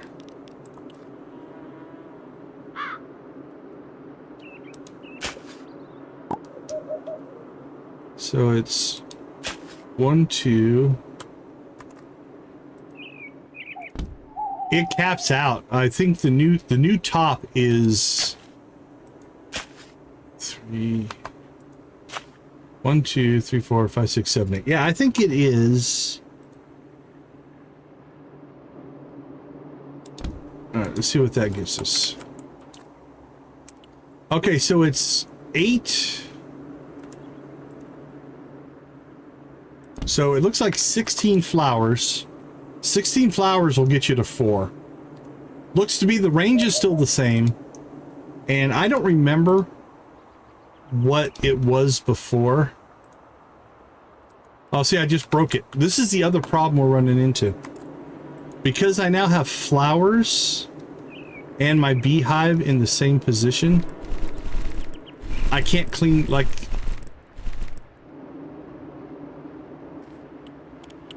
Oh, sorry, I hit my mute button.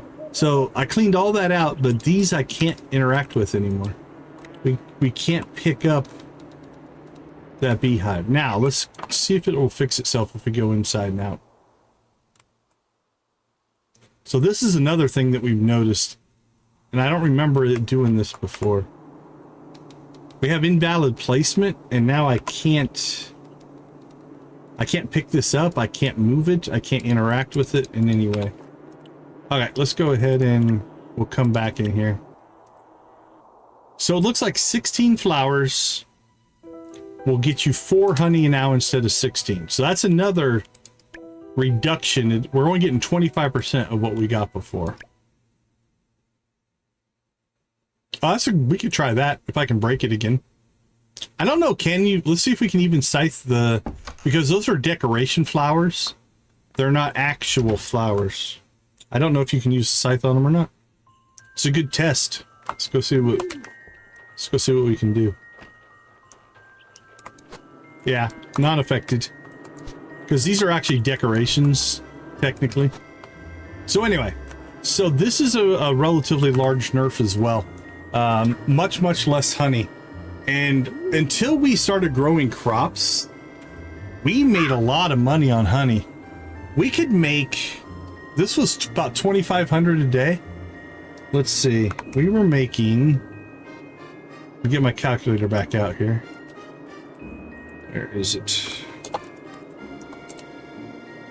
Let's see. 16 times 8 times 20. Yeah, we were making 2,560 gold a day on this setup that we have right here. Right? So this setup as it sits right now. Now, I don't think I need all these flowers anymore. That feels like it's changed, but now this setup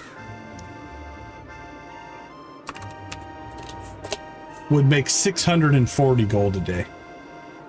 640 divided by 2560.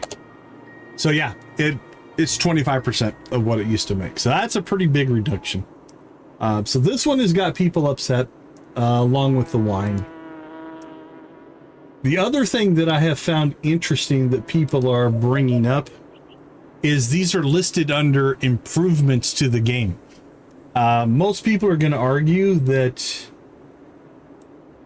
these are not improvements. Now, they might be bringing the game more into line with how they want their progression to go. And again, because of my personal play style, I very much min-max systems, which means I think we made too much money. You know, once we got our money up and running, we didn't have to worry too much about money. Nice. Oh man, that one gets a blue chicken. That's a good old pun right there. So in general, these are the two that I've seen online that people are most up in arms about. The wine costs, they haven't said beer, but beer is the same way. The grape juices, the juices are probably going to be the same. I'm thinking anything you do in a keg is most likely going to take a reduction. Okay, let's move to this. And so again, they're using the term rebalanced, right? Rebalanced the spawn rates of animal produce and adjusted their sell prices accordingly. Okay, I have no idea which way this went, so let's grab... Let's see, let's get pig goat milk, Dracula milk. Oh, calcula milk. Oh, this is interesting.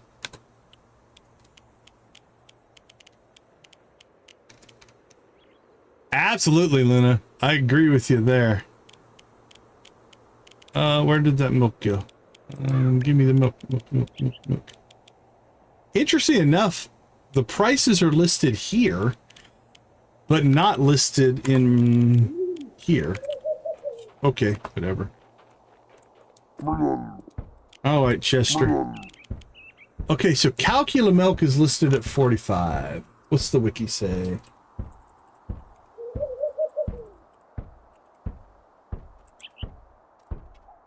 Wiki says 45. Oh, sorry about that.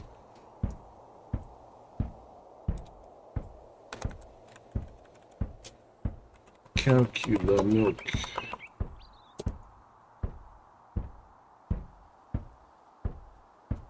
I don't know that this has changed price. It's still listed at 45. All right, what's the patch note say again? Rebalanced the spawn rates of animal produce and adjusted their sell prices accordingly. I wish they'd be more specific. What is the spawn rates of animal produce? All right, let's go check in on our calculus. Have they slowed it down? Because if they slowed it down, it's already slow. Okay, so our cows should have milk in here. Now, our cows produced every day. Yeah, that's what I'm wondering here. So we're going to grab our milk out of our cows. Okay, now cows, like I said, my cows are all pretty much full friendship. Well, maybe not that one. Potentially, the cheese is worth the same amount. Like, all the cheeses sold for the same. Pig goat milk is 45, Dracula milk is 45, and calcula milk. They're all 45 now. What were they before? Were they different before?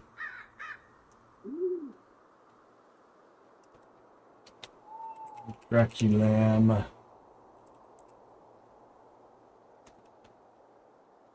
That's listed at 45. Okay, let's go to sleep and see if the cows still produce every day.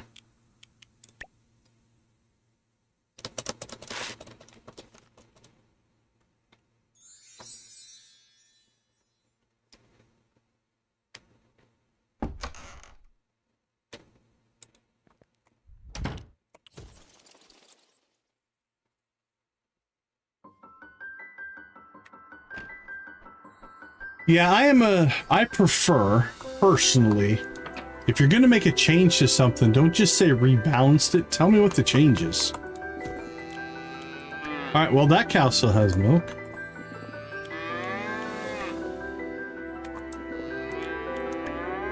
Now, again, our cows are fully happy and all that kind of stuff. Okay. The spawn rates of animal produce. Okay, the other thing we could check now. Okay, so it might be the cows might not have changed. I know the pig goats. I think the pig goats and the Draculams were like every other day. So let's get milk from these guys. And then let's go find our lambs. We'll get their wool and stuff, make them cold outside. Alright, you guys, where are you at? Where, oh where have our little lambs gone?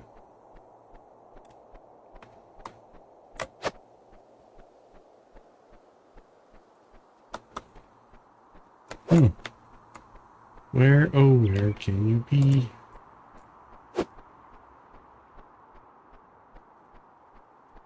We have lost them.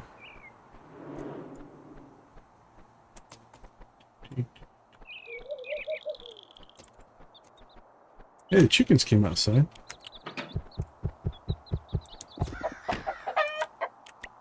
Well, I guess while we're doing the test, let's also...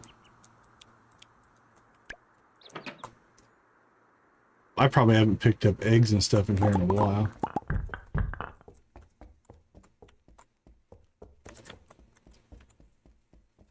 Alright, let's see if our Draculams respawned. Or, you know what? There is an event with the Draculams that there's an achievement for that we never experienced. Are they in town on protest? Let's go see. I'm not sure how this achievement spawns, but I don't see the Draculams on our farm, so... It's happening. Okay. Well, this is a bonus. I'm going to go ahead and let this play out because I want the Steam achievement. We didn't get this in year one. We might not have had the Draculams in year one. That could be why.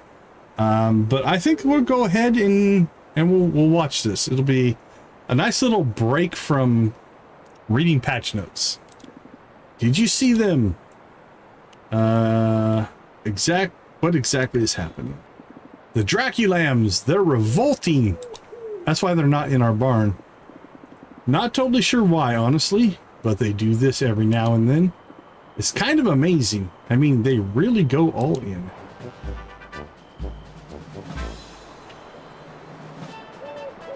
Look at his little hat.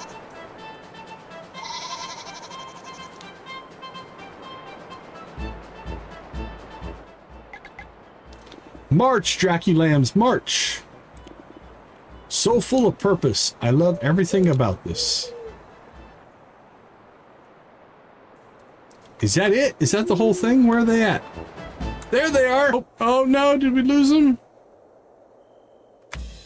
No, they continue into the marsh. Oh, they're turning around. Oh, they turned around and went the other way. Now where are they going? They walked in. Or is it over now? I think it might be over. Alright, that was awesome. Sad that we missed it in our main playthrough, but... Okay, well...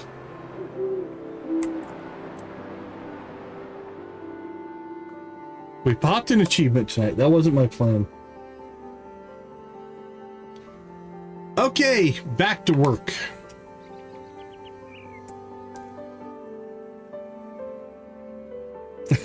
You gotta get back to it. Okay, let's see. Rebalance the required resources for player house upgrades. All right, let's see if the wiki has anything on that. Hasn't been updated yet. Let's see. Upgrades. 8,100 wood, 25 stone, 25,200 wood, 50 refined stone, 50,000, 150 planks, 50 refined stone, 150 hardwood, 100. Those, the wiki doesn't look any different. So let's go ahead and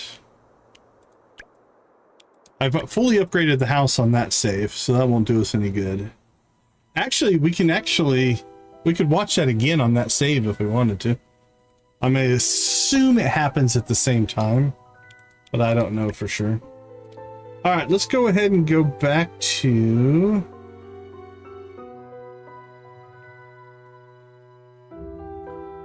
That's our good save. This is our copy. All right. Let's load this one up.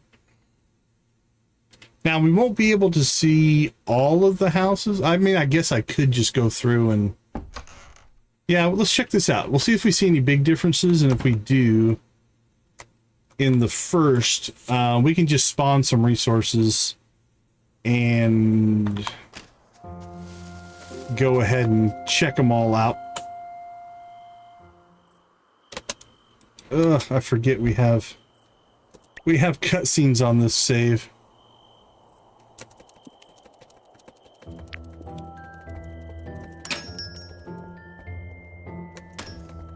I wish there was a skip.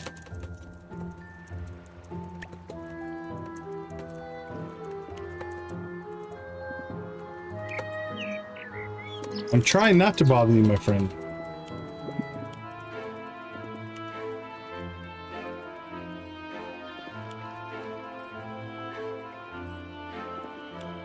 Now here's the question. So we were talking about the nerf to the wine, right? If they lower the price of housing upgrades as well, it might bring stuff into alignment. If they raise the price of housing upgrades, then they are definitely trying to slow us down.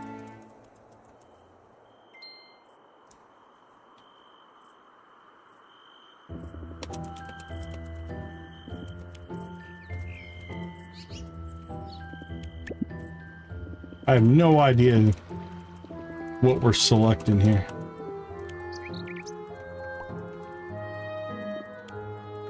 Well, I love the length of the story, but not right now. Orlock, we got things to do, buddy. Let's go.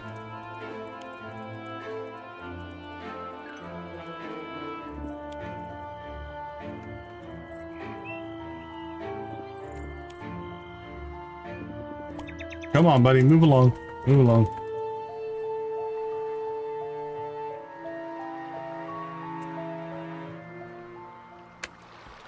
All right, now we have to get back to the hammer.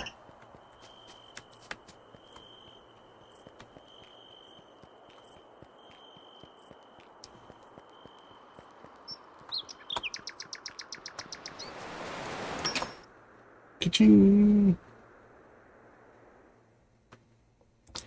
What? Are you not open today? Closed today. Why? Oh, it's full moon day, I do believe.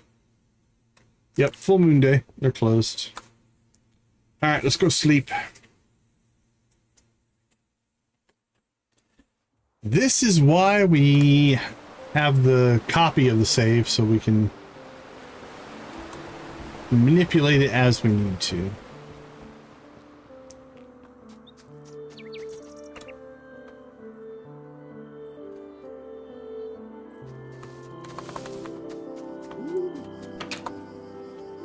The old wolves are on the prowl.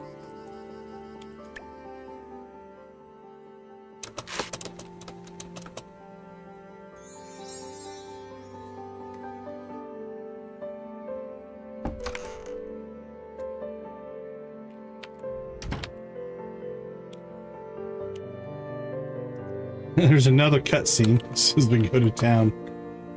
So on this save, we have the cutscenes really stacked up. I think we had 5 or 6 that are all going to hit every time we go to town here. Elvira.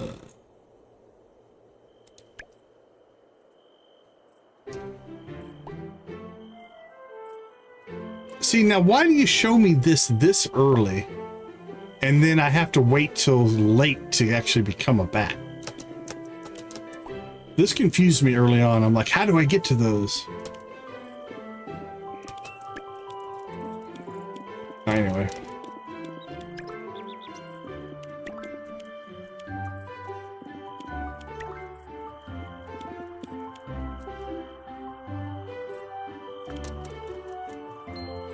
Eyes that look like heaven. Hey, Lavender. Appreciate you hanging out. Have a wonderful night. Take care, my friend. Lips like cherry wine.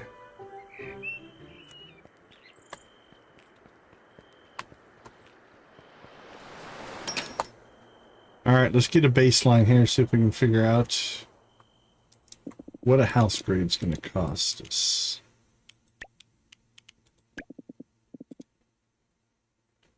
$8,150 wood and 25 stone. All right, so according to the wiki, it's 8,100 wood and 25 stone. So this has gone up.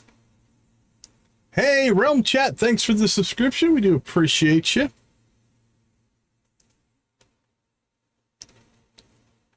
Hey, Jolene, appreciate you. Oh, no worries, no worries. Thank you so much for popping in. We appreciate you. Have a good rest of your day, night, evening, morning, whatever it happens to be.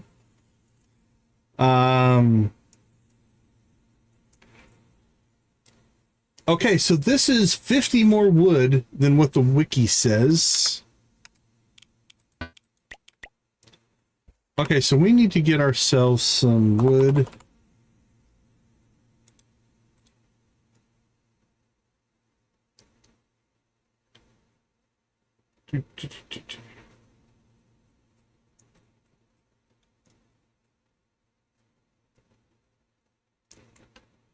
Yeah, well, what we're going to do here is we're going to go ahead and just...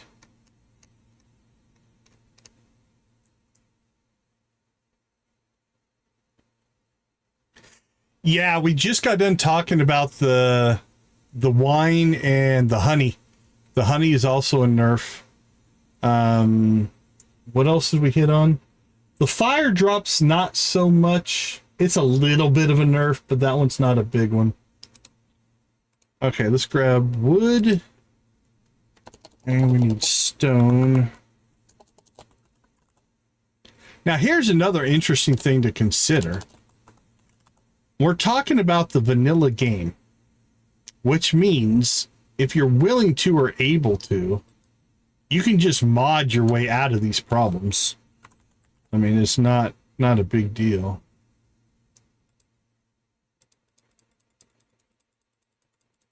Okay, how much do we need? We need 8,000. I think we already have like 10,000. Probably okay. Okay, let's upgrade. Nope. No, no, no. I'm sorry, Ridge. That's on me, buddy.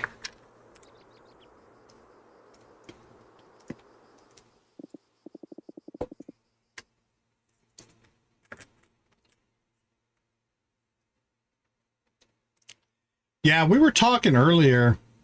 I'm tempted to actually go back because I was going to play a modded playthrough. I'm tempted to go back and actually play through a second vanilla playthrough to see how much it actually changes. Now, obviously, that's not an apples to apples comparison because having already played the game once, we're going to be far more efficient the second time. Well, where do I put the house? We've got to have an open space somewhere. What about on the beach? Can I put it on the beach? Nope. Up there. There we go. It's probably not a good idea to not be able to get to the house, though. This was poor planning, wasn't it? Come on, just wipe the tree out. We don't care about the tree. Go over here. Well, let me wipe a tree out. Come on. Can tell this is a newer save. Well, that'll actually work. It's not ideal, but it'll work.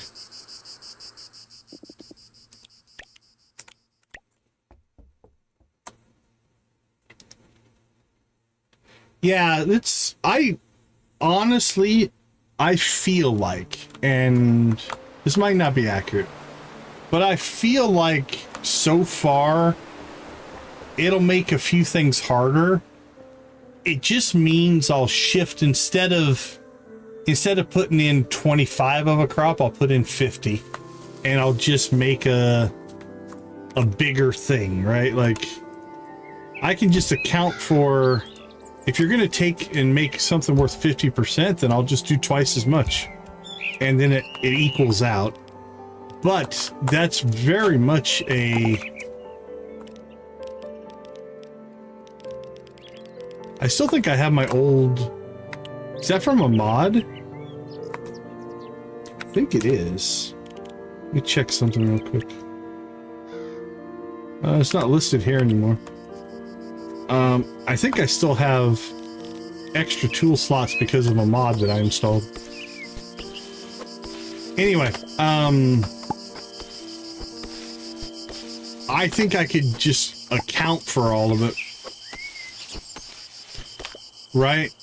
Well, and that's the part that, I don't know, if I'm frustrated by anything, it would be exactly that. The new player experience might become a little bit more difficult here. Like I said, we have enough working knowledge of the game at this point, having essentially completed the game. We did everything that was needed to complete the game, that I can do another playthrough and it'll be fun. Oh, anyway, where I was going with that. The vanilla game is what most people are going to experience. Most players aren't going to get into the modding side of things, because I can counter every single one of these things with mods. That's easy. I mean, right now I can just spawn money if I want to. But that's not the gameplay experience that a new player or an existing player would normally get. Okay, we're going to sleep for 2 days here. Get this house done.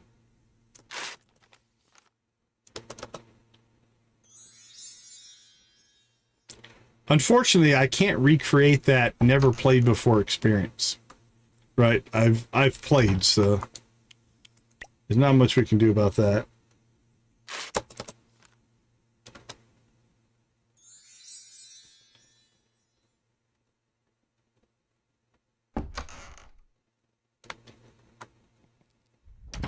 All right, our house should be done.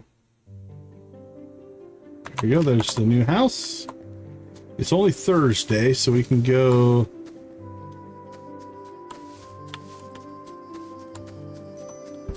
Let's go get another house upgrade and see how it compares to the wiki. There's only 4, so we should be able to get through these.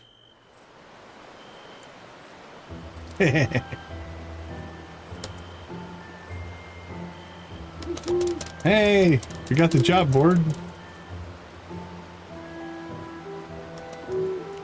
Hoop, hoop.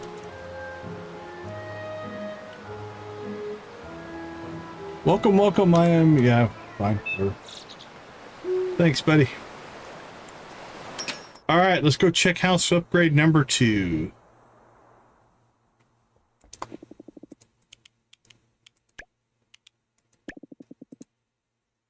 $25,100 planks, 25 refined stone. And again, I don't know if the wiki is 100% correct, but the wiki says 25,200 wood. So 100 planks is an increase, because this is a plank. What's the recipe on a plank? 3 wood. So that's going from 200 wood to 300 wood, essentially. 50 refined stone down to 25 refined stone. So I'm seeing an increase in wood, no increase in money, a decrease in stone for this one. Now, they're making seeds drop a lot quicker, so getting wood will actually be easier. So we need planks.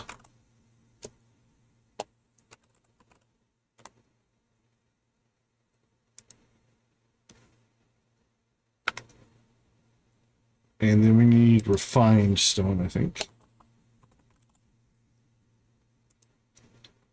And we need 25,000 gold.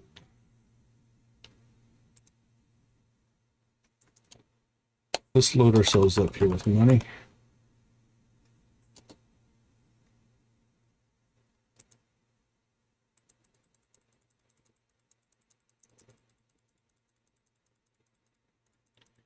Yeah, well, and again, if the stone requirements are going down, it's not, I'm not that worried about the stone. So it looks like the wood requirements have gone up. Again, assuming the wiki is correct, the wood requirements are going up and the stone requirements have gone down.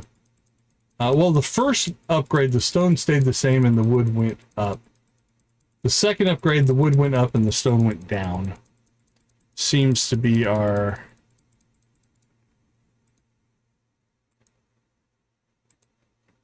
Okay, what did that give me? All right, we have 200,000 now.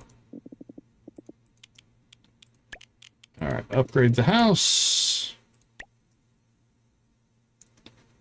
I doubt it'll fit on the beach anymore.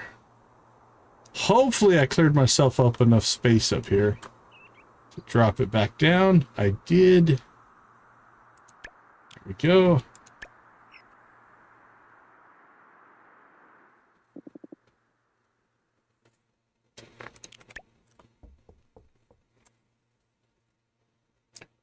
Yeah, very true, Luna. That's a great point. If you don't have, the infrastructure to process it out.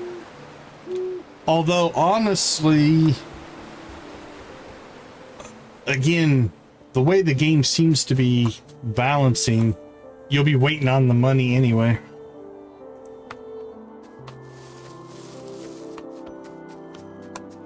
Alright, I think that will leave us enough space, but let's move you over there.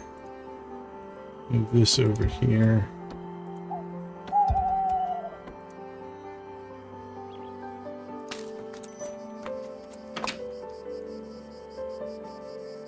But so far, the house upgrade, I can't say I'm overly worried about these so far. Again, a little more wood, but the money's the same and the stone's gone down a little bit. And I think seeds, tree seeds are going to be way easier from what I'm seeing in the update. Because, like... 75% of the trees that we shook were giving us tree seeds. Which means, again, it would take some planning and the time to cut it all down and all that stuff. That's all true. But the ability to collect seeds and build your own tree farms to mass produce wood, I think has gotten easier. Because if you think about it, like, look at this. It's like there's seed. That's a seed. That's a seed. No seed there. That's a seed. No seed. That's a seed.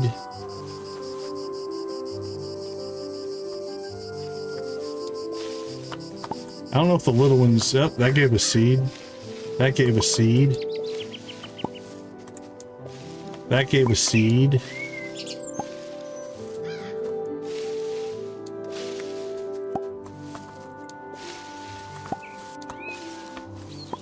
I mean, this is... That's borderline ridiculous, right? We got an ash seed, 3 seeds, 7 seeds, just in that little bit of of shaking there. All right, let's clean this crap out.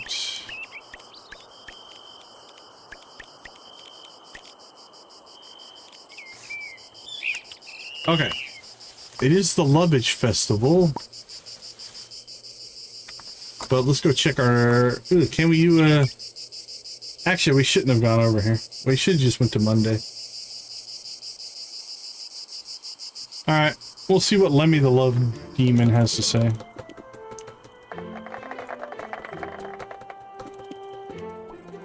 Oh, I've been completely forgetting to gamble. Crimson Fish.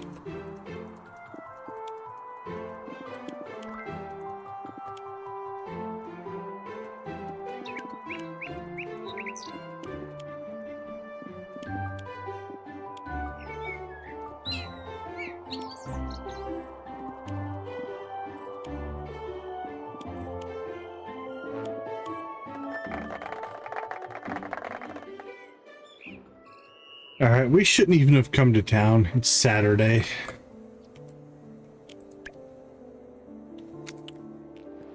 How you doing, Night Owl? Great to see you.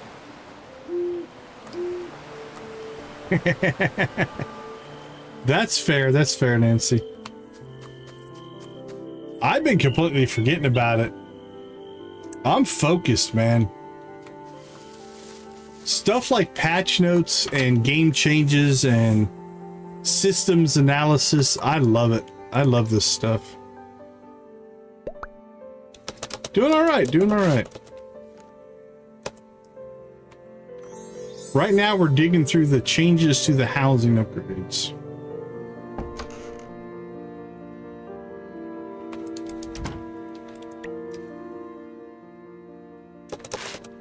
All right, it's Monday again.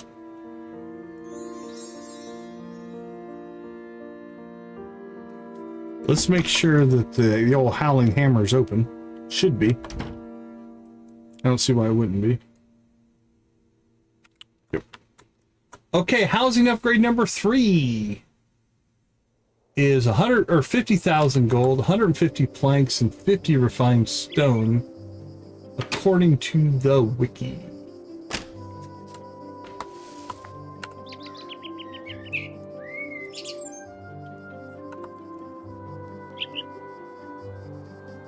So let's get 200 planks and 200 refined stone. All right, we should be good to go. So it seems like the spawn rates of flowers have gone up. The spawn rates of tree seeds have gone up. Oh, we're cheating all over the place. So what we're doing tonight is we're going through the patch notes line by line and discussing each one and figuring out, can we recreate it? Can we see what the changes are and stuff like that? So this save I'm just going to delete when we're done with it. But yeah, absolutely I was cheating. Oh crap, I guess we're playing Nocturna. Alright, I'm gonna see if I can beat him with a starter deck. Oh, play a card. Any card? Do I have to play that card? If I play that card. Haha. You can't. You're not the boss of me.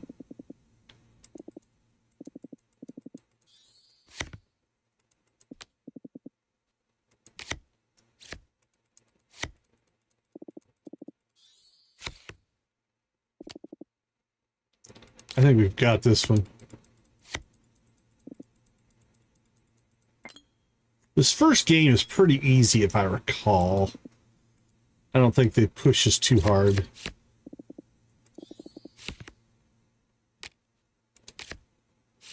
Man, it's crazy playing with the starter deck again. Oh, it's tied. Who's got the last big card? Oh, he beat me. We should have sandbagged that one.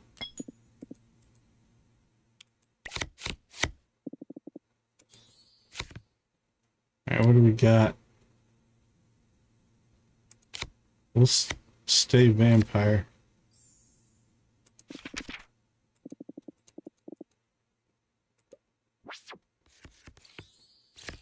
Big draw. Oh, we got the card. Let's just go with numbers if we can here. A 9. I tell you what, we hit 70, I think, in a match one time. 9. All right, thank you.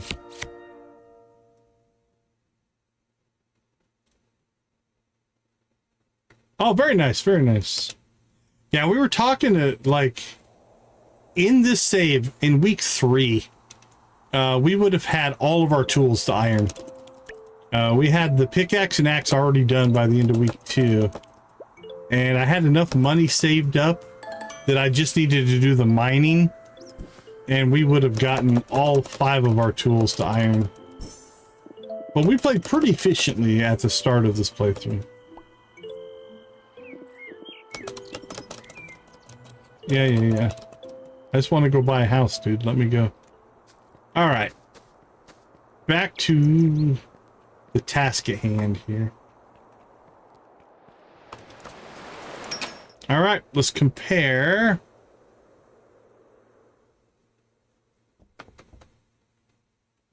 That's a great point, Turtle. Is like if you have to put more beehives, more everything to get back to that same level, you are burning through a lot more space. That's a great point. Okay, so this one in the wiki is 50,000.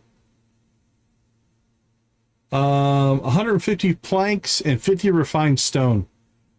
Okay, so this one's the exact same. So house upgrade number 3 is the same cost as what the wiki says. So no change. So 1 and 2, more wood, less stone. Oh crap, do I not leave myself enough room here?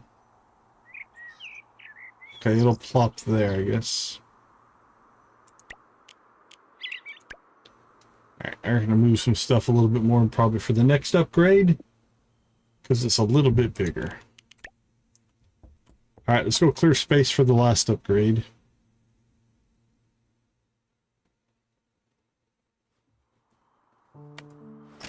Here's what we're going to do. I'm going to go ahead and take a short break.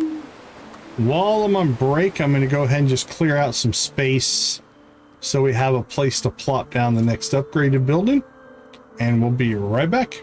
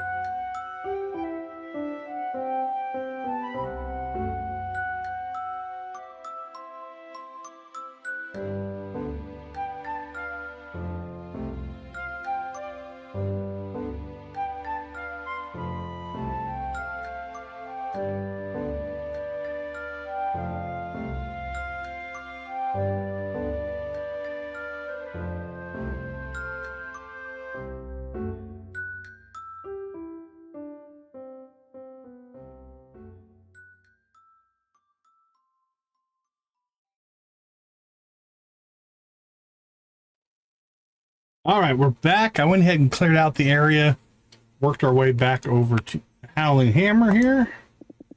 We'll check out what the fourth upgrade looks like. 100,000, that's the same. 100 hardwood planks, that's down from 150. And 75 refined stone is down from 100. So upgrade 1 was more wood. Upgrade 2 was more wood, less stone. Upgrade 3 was the same. Upgrade 4 is less hardwood planks, less refined stone. Money didn't change though. The money amounts were the same. So, all right, well, we might as well do this. What do we need? Hardwood planks and refined stone. Got the refined stone.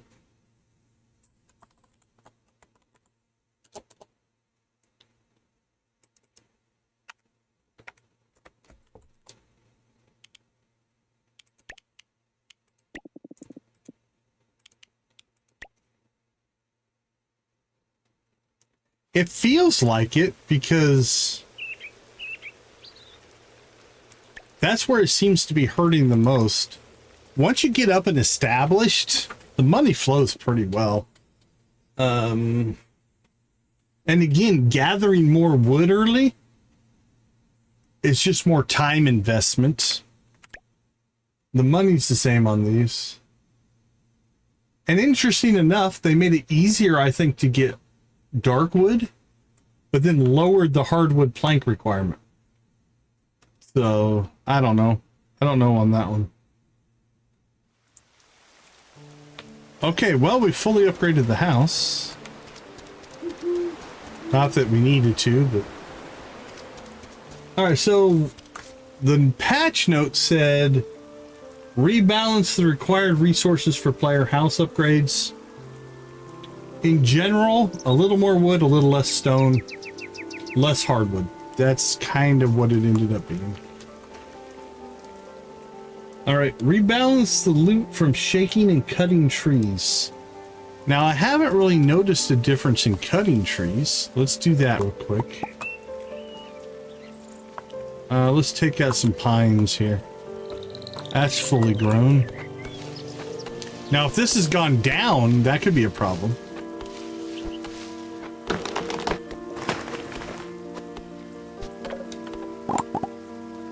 Okay, that was 12 and a pine seed for cutting down the tree. Wasn't that 8 before? 8 or 10? That's including the stump. Right, what about you? You're not fully grown, I don't think. Yeah, that's only 5. That's 2. It feels like more wood.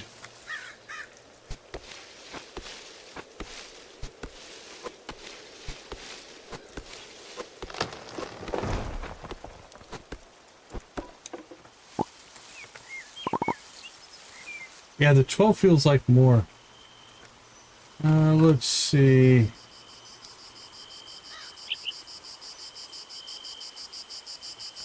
Wood. You gonna tell me how to get it? No. Of course not. Trees. That might be it.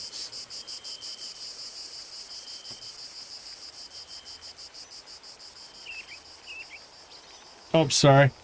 There we go. I was just cutting down a tree. Thanks for the reminder. So what I was doing is I cut down some pine trees, like a full-grown pine tree here.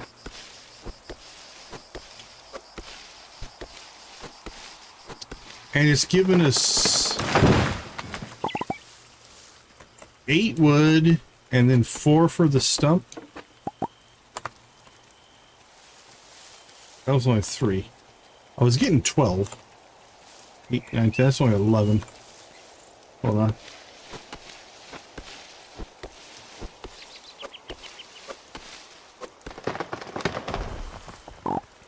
That's 8. Alright, let's try one more thing here. What if I cut it all down at once?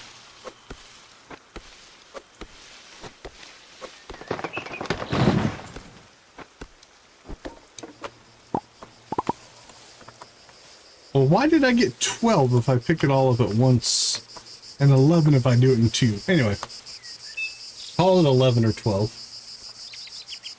Alright, let's see. A pine tree.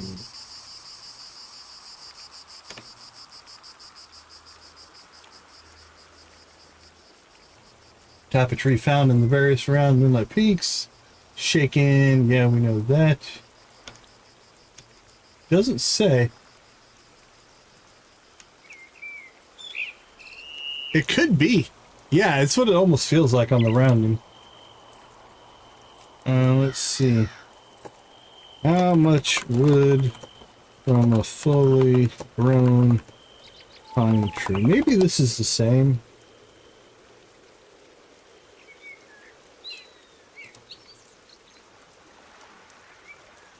Per tree drop numbers vary depending on random drop rolls.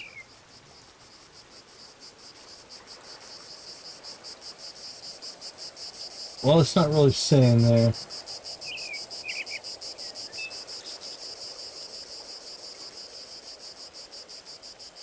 Okay, I can't tell. I don't remember if this is the same amount or...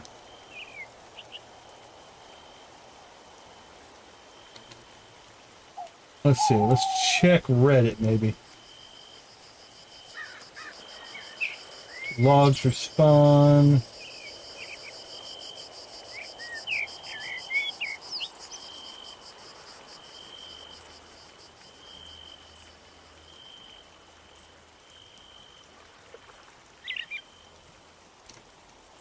Okay. Well, the patch note says rebalance loot from shaking and cutting trees. We definitely saw the amount of seeds you can get from shaking trees. And remember, shaking trees does not take energy anymore. You should never run out of wood. Just shake trees and plant seeds and you'll be fine. As a general thing. Rebalance loot from dig spots. Alright, let's go find ourselves some dig spots. How about we go... Let's go down to the shores. Because we can hit the mines and we can hit the beaches. And probably get some pretty good dig spots. Now again, I still don't like the rebalance. It's too generic for me. Like, tell me what you did. Did you increase it? Did you decrease it? Am I even going to be able to feel the difference here? Because with randomness, who knows? Is it going to drop more stuff, bigger stuff, less stuff? Are they just not going to spawn? We'll find some.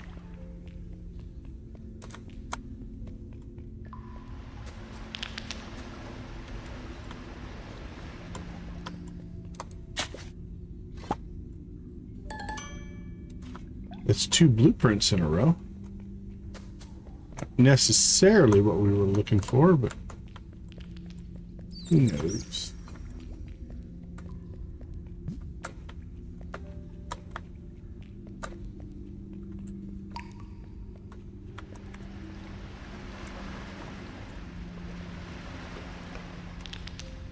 Well, so much for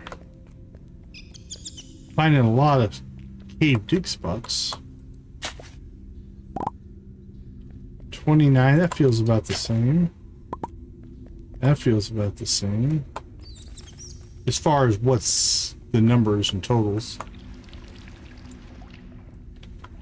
So rebalance can mean a lot of different things. Rebalance could be we're going to drop coins and charcoal more. It could mean we're going to drop recipes more, blueprints, whatever. Could be that trash is going to go up or down. We haven't gotten a trash yet. So right now, in our very limited sample size, the trash has actually been pseudo non-existent. Which, if you want to give gifts to death, is kind of a bad thing. You get some trash. Alright, let's check the other beach. And then we can check the farm beach as well. And or any other one that we find along the path.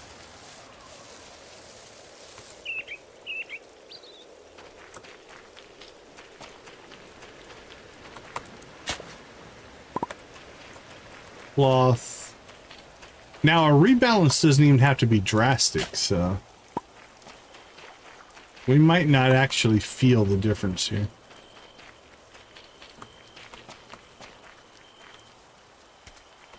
So far, I gotta say, I'm not, in our very, very limited sample size, I'm not seeing a whole lot of change here. But a rebalance can be subtle sometimes.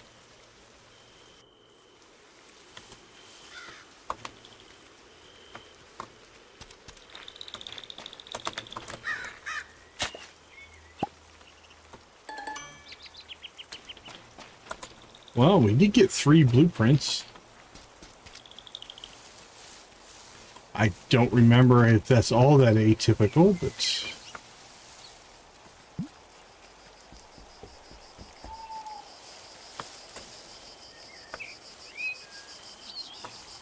our farm is so overgrown that it's going to be hard to either see or find dig spots. Okay, well, we'll call that a change, but I don't really have a lot on that one. Increase the pricing of the purple gramophone at the Howling Hammer. So, the red one we can now buy at the Broken Lamp. If you want the purple one, you have to get it at the Howling Hammer. That's probably still random.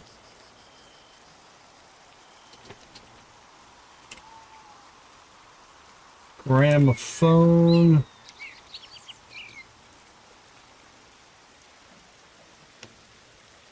It's listed as 2,000, so that's how much the red one was.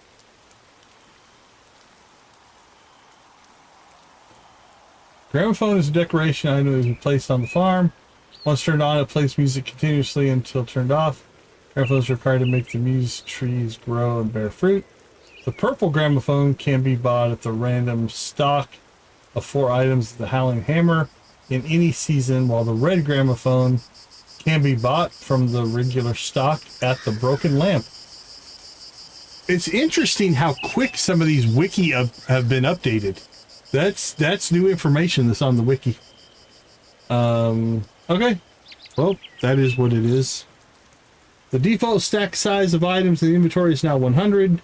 Pathways now have a stack size of 1000. And slightly improved area loading times. Okay. So, if we look at this, by and large, I'm going to say most of this is positive. Making the museum a little bit easier, making this easier. Spawn rates have gone up. You can change your hair. You can cancel cooking and crafting now. The bulk cooking is okay. I still think it's a little tedious. You still have to do each recipe separate. You just don't have to go back in and select it over and over again. We've got to change to dark wood. The quests are going to happen hopefully faster. I think this stuff will make flowers spawn more often, is what it feels like. Easier to cast spells. Some changes to the HUD. Calling out the full moon. Accessibility, that's kind of cool. That's another UI element. This and this are kind of nice. I think the house storage still needs a big revamp with some filters and searching and stuff like that. Visual stuff. A little bit of quality of life here. Same thing here. Again, more interface changes. Okay, the Firefly pollinators. I think they just simplified that system. It really feels about the same. It's roughly the same number. I'm going to go inside so we don't hear the rain so much. A little bit of a nerf, but not by much. And honestly, with the clarification of the range of the pollinators, that system for me is going to be easier. I overkilled the crap out of that one in our last playthrough. Yeah, I think they clarified that quite a bit. Yeah, on that. And again, I could use one pollinator now where I had 9. And again, that could be just because I didn't know. Yeah, I agree with you. So I think that clarifies that a lot. Hey, congrats, Nancy. That's awesome. That is awesome. So yeah, like even in our... Like when we were at our peak, I could have put pollinators in. When we had our 6 fields, we almost could have done that with probably... It wouldn't quite have been a 1-to-1 ratio. It's like 1 tile smaller. But yeah, I think that's going to clean that up and make that a lot better. Let's see. Some changes in the complaints from your animals. This one I don't 100% understand. Like, I think that's like the grader and the sketchbooks and stuff like that. I still find it funny that they use the term bronze in the patch notes and it's copper. I don't know if that's a regional thing. Maybe in the English US release it's copper, and in some European release it's bronze. I don't know what's going on there. This is a nice change. Shaking trees doesn't cost energy. That linked up with the fact that you get so many more seeds means wood is easier to get in this post patch. Some more fire drop stuff there. So this is where these nerfs are probably, let me move that down a little bit so it's easier to see. This is what's getting the most attention of all of the posts and discussions that I read today. and that is the nerf of wine, beer, and honey. This is going to make it a little more difficult to use those as your primary cash crop, essentially. I think it's still very doable. This is why I think I might pause our modded playthrough and do another vanilla playthrough. We could still do the sarcasm and stuff like that. We might still do that. But I'm really curious to see how much that changes the way the game plays. This one, we couldn't really tell what that did. This, more wood, less stone. Again, this changed drastically. A lot more seeds from that. Don't know if that made a big difference. And then these things are what they are. Okay. We're going to go ahead and go through this section now. Let me lower that back down. Most of the stuff here.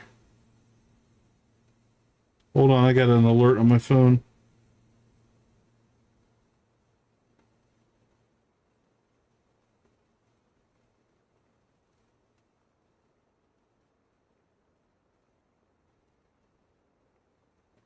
Okay, that's not a big deal. So this is what we call, this is bug fixing now. So everything in that first section was gameplay. You're going to notice these kind of changes. These things you'll notice, but they tend to be fixes for things. Now, the new bug that we have created, or has gotten created, let's go, I got a breaking thing out here. When I was moving stuff around, I broke this. So I moved this stuff out of the way, right? I think I can break it. If I drop that down there, okay, that one's still working. But this refiner here, I got it wedged in here and I can't pick it back up. It's stuck. The other bug that I've seen people complaining about, let's see if I put this up in here. Okay, I broke Chester. Let's see if I can break this.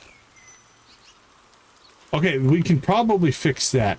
All right, so Chester now, I can't pick up Chester. Chester's broken. But I think I might be able to get him back. Let's see.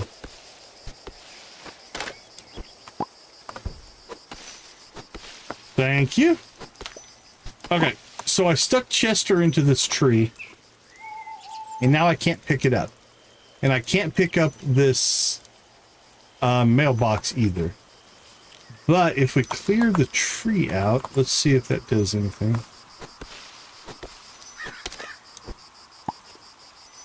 Still can't pick up Chester. Alright, let's clear the weeds and grass and stuff away from Chester. What about now? Yeah, see, I broke Chester. Alright, let's see if we can get the other.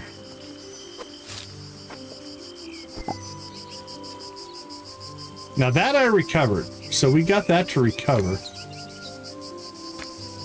But Chester did not. So let's see if there's still a weed or something here that we didn't catch. Is there a big spot? Nope. Yeah, Chester's broken. So that's an issue.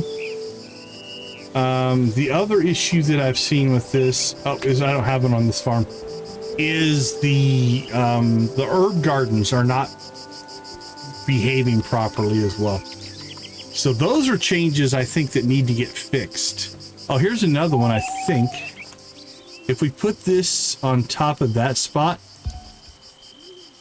I broke it now, right? So now I can't pick that furnace up. I can't store it. I can't interact with it. I can still use it, right? It's still usable, but in decoration mode, I can't pick it up. What about in floor mode? Can I pick it up in floor mode? No, can't do anything with it in floor mode. Now, let's see. Can we dig that spot up? All right, let's get out of floor mode here. And there we go. So I've recovered that one. So it seems to be if things get overlapping with each other. All right, let's see if we can clear out anything that maybe I accidentally put this on top of. All right, let's see if that did anything. It did not. This one might be because it's colliding with the cliff. But that's definitely something they're going to have to get patched relatively quickly. Because that's problematic.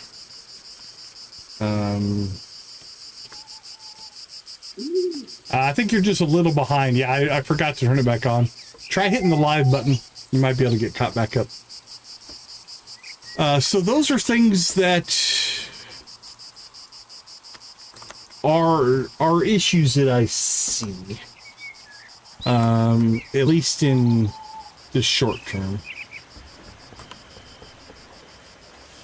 Okay. Trying to think of any other way I can fix this. Okay, we tried to interact with it. Nothing.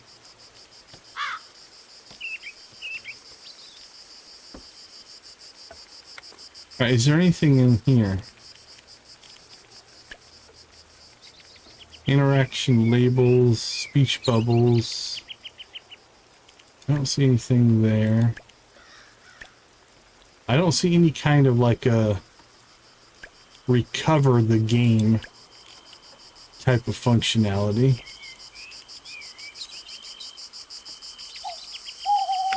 What if we sleep? Let's try to sleep and see if that fixes anything.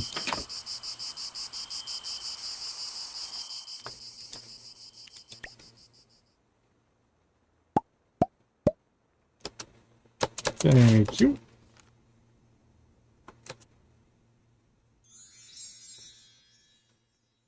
Something went bling.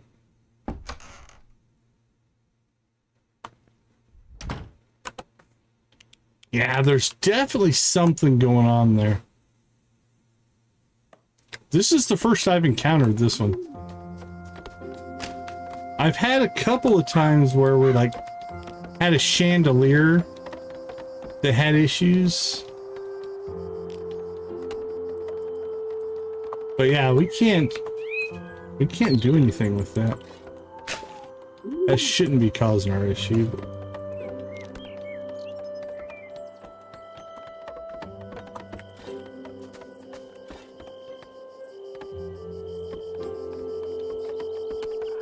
and this isn't just because the house is blocking it either, which is actually causing other issues, but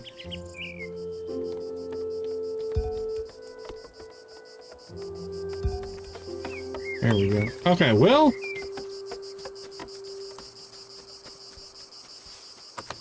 like I think I broke this scarecrow as well. Yeah, see, I can't pick up that scarecrow. Now, we might be able to, let's see if this works. If we clear this out, now can I pick up the scarecrow? Yeah, now I can. So again, it seems like if there's like grass in the same tile, that's causing a problem. Chester here is broken. I think Chester is broken for the same reason that this is broken. I think I wedged him into this corner. And I think the cliff is overlapping.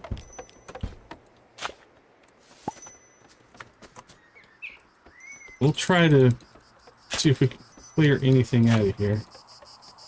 Alright. I don't think there's any grass. Again, we can still interact with it. It's still functional.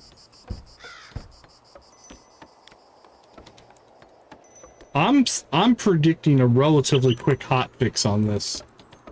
I'm assuming they can figure it out, right?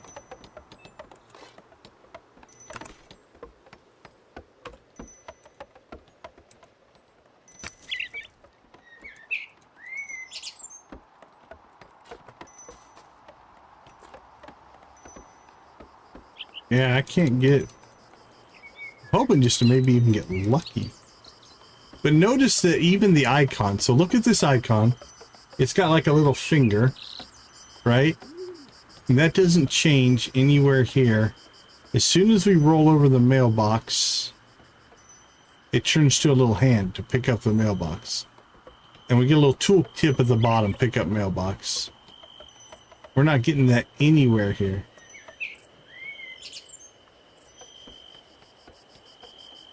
Yeah.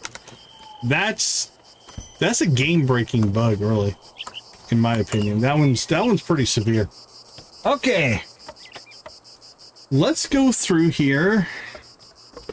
Go ahead and pop over here. Let's go through some of these major fixes. Fix an issue where upgraded tools could be sold to Chester. Sold tools are restored to their bronze, copper tier. Fix an issue where players would automatically walk away from the crypt entrance instead of entering it, causing a soft lock. So anytime you see the word soft lock, usually this means blocking progression type of thing. Doesn't mean the game crashed. It just means that it's blocking something. Let's see, according to AI, a soft lock in a video game is a state where you can no longer finish the game or make progress, but the game itself keeps running, right? So that's kind of the general thing. It's like if you do this thing, you can't continue type of thing. Now, in this section, you're going to see the term soft lock a lot. So basically, a lot of these fixes are based around the concept of here's a little bug that if it happened would make it so you couldn't progress. That's really what a lot of this section is. Okay, so the first one, upgraded tools could be sold to Chester. Oh, very cool, very cool. Yeah, I haven't played it on the Switch yet. Welcome to the chat. Good to see you. I never tried to do this. Let's see if we can do it right now. All right, let's bring you guys back over here.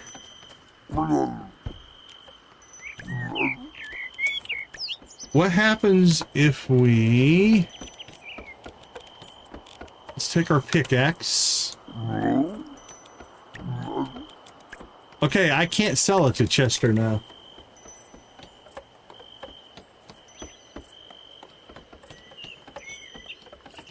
So this major fix here, fix an issue where upgraded tools could be sold to Chester. I can't do it anymore, so that might be the fix, right? That's fine. Automatically walk away from the crypt entrance instead of entering it. That might put you in some kind of a loop, maybe something like that.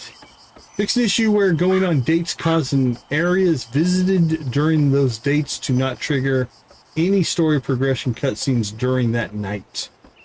I noticed this a little bit in a couple of the things when we were playing, where something that happened in a cutscene seemed to impact the area.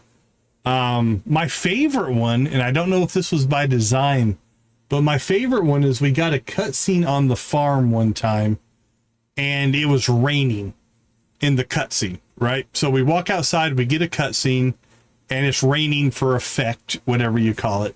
And then when that cutscene's over, we go back to the normal day, and it's not raining, but all of our crops got watered, which I found pretty cool.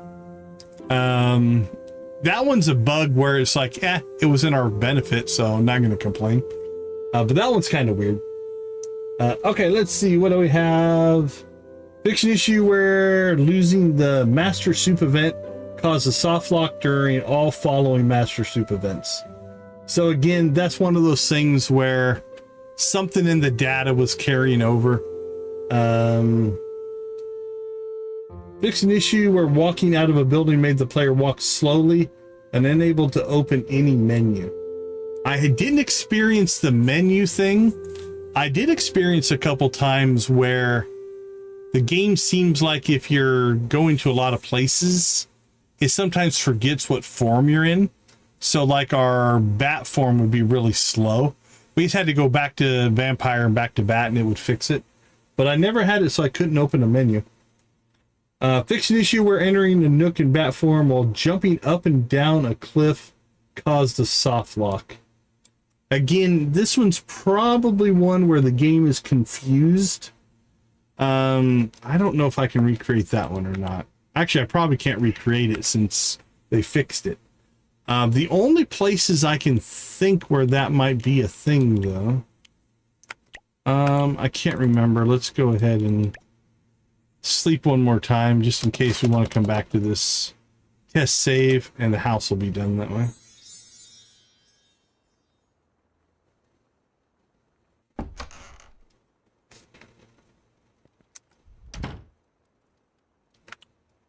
Let's see, back to the main menu.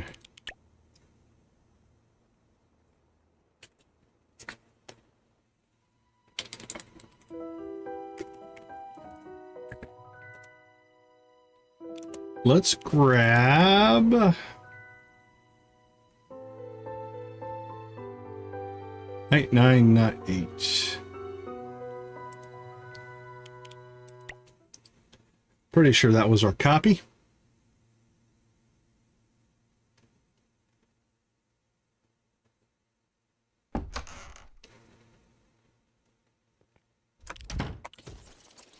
Okay, so an area I think that you could probably do this would be down on the beach here.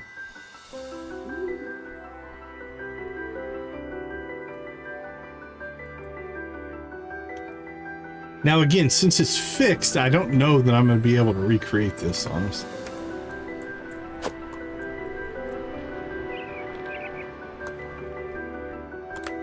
But like here,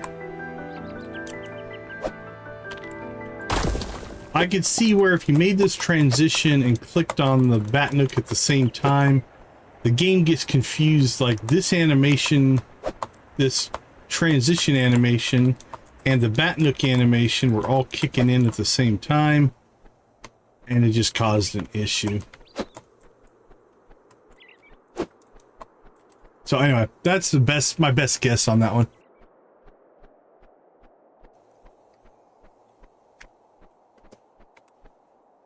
All right, what's next? Fix an issue where waiting too long during dialogue in the dream cutscene with Moon Goddess causes soft lock. Fix an issue where Jada teleports through Persephone during the Memories of Pookie cutscene, causing a soft lock. Fix an issue where an objective in the Mermaid's Wish quest did not start in one of the special shells, was in house storage while obtaining the other one. This fix repairs save files that were stuck by this issue by ending the night once. Fix an issue where players got stuck when trying to follow an NPC through the bookcase door in the broken lamp, causing a soft lock. So like I said, you're seeing this term a lot. Basically, these are things where the game gets confused and it can't resolve something. And so it just gets stuck. It doesn't crash. It just gets stuck. And unfortunately, a lot of times in that case, the only thing you can do is just kill the game and restart it. So it's not technically a crash, but there's nothing you can do. Let's see, fix an issue where some house customizations did not apply after purchasing them. That's an interesting bug. Fix an issue where interacting with an NPC pushed the player inside set dressing, causing a soft lock. So this would get you stuck inside of things. The one that we did have happen in the playthrough is we were able to get ourselves outside of the barn. Let's see if we can do it again. Let's see if they maybe fixed our problem.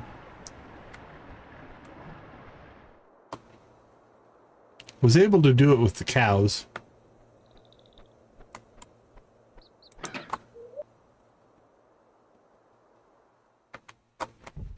So we gotta get one of you guys over towards the edge.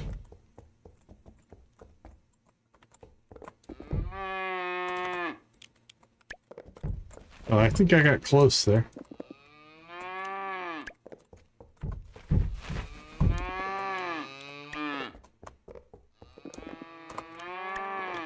All right.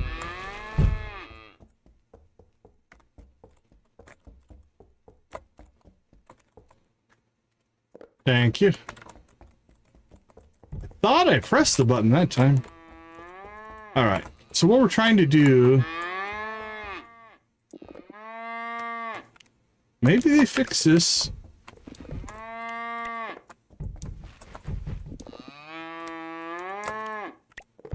All right, we need another cow.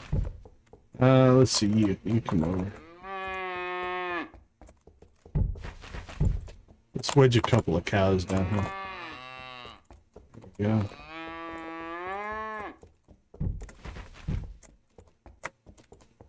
Cows don't like to be moved, evidently. There we go.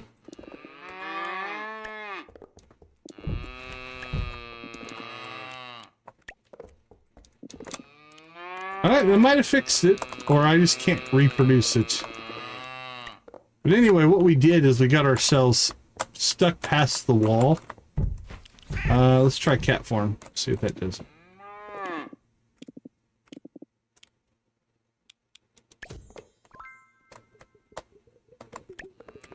Nope, that didn't do it.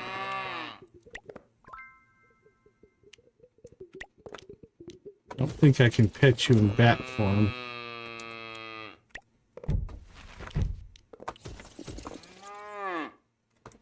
Okay, they might have fixed this problem as well. Anyway, so we got ourselves outside of the barn one time. Alright, fix an issue where interacting with an NPC. I've seen that before as well, Luna, yeah, where they'll be stuck outside. We can go see if they are potentially outside. Because then we might be able to get ourselves outside the barn. I don't know why the pig goat's outside. No, they're stuck. They're insane.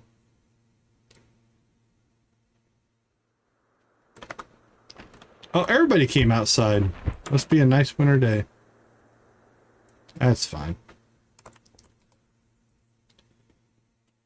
Okay, fix an issue where... Okay, we're up to... Fix an issue where interacting with NPC push the player inside set dressing. Again, that's like bounding box stuff. Fix an issue where a player got stuck in the critter room of the museum. How do you get stuck in the critter room of a museum? I'm trying to think of...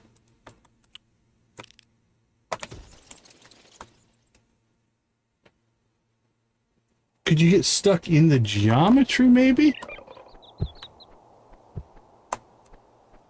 Let's go to the critter room and see if we can figure out.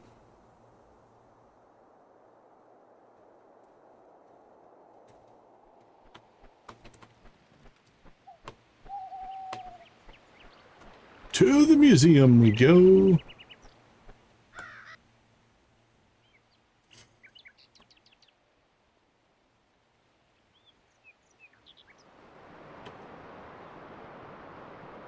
Oh! It's the march of the Draculams again.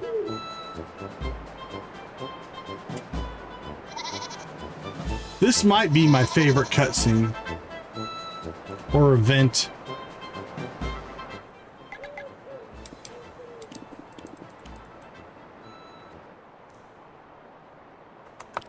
We're not going to stay and watch that one today. Oh, so we didn't get it in our normal playthrough, so that was the first we saw it. We actually got the achievement tonight for it, so that was pretty crazy. Okay, so what are we looking for? The critter room. What would get you stuck in here? Fix an issue where a player got stuck in the critter room.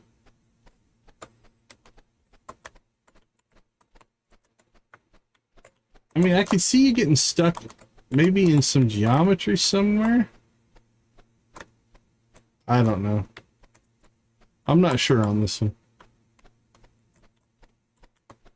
I will say, for the most part, when I read through all of these bugs, I can't say that we've experienced the vast majority of these. So. Fix an issue where canceling the spell on the frame that it succeeded caused a soft lock. So this one, like when you're doing the actual spell casting, there's going to be each individual frame at some point it's going to send a message to the system. It is done. But if it's sending the cancel message at the same time, it sounds like it was confusing. It's like, well, do I cast a spell or do I cancel the spell? And it was just getting stuck would be my guess. Fiction issue where a player got stuck inside set dressing in Luna Bay. Fiction issue where interacting with specific flowers or trees in the Pink Grove caused a soft lock. Specific flowers or trees. I wonder if it was always the same ones. And again, it's been fixed, so we can't really go test it necessarily. I find the wording of that one interesting. The fact that it says specific flowers or trees. All right, I'm not sure on that one, but fixes soft lock with Steam services, fails to initialize, now showing a prompt. Fix an issue where one or more mana extractors with long processing queues cause low performance. That's just internal engine stuff there. Fix an issue where staying at the after party of the museum opening could skip the player's wedding, causing a relationship lock. Okay. So this one's interesting. Let's see.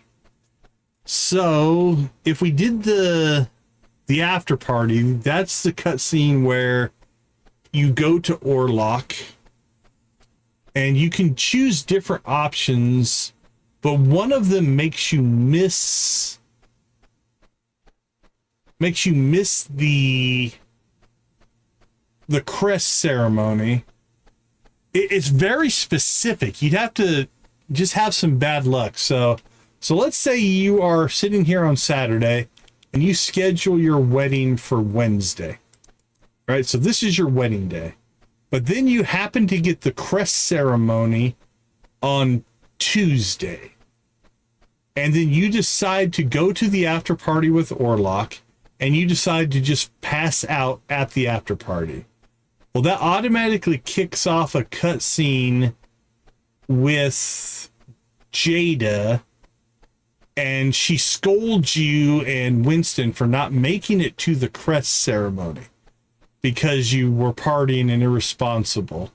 My gut says then, because that cutscene kicked in on your wedding day, the wedding day cutscene never happens, which means you never get married, but you can't re-propose because you've already proposed, so you can never get married and you can never go forward with your relationship.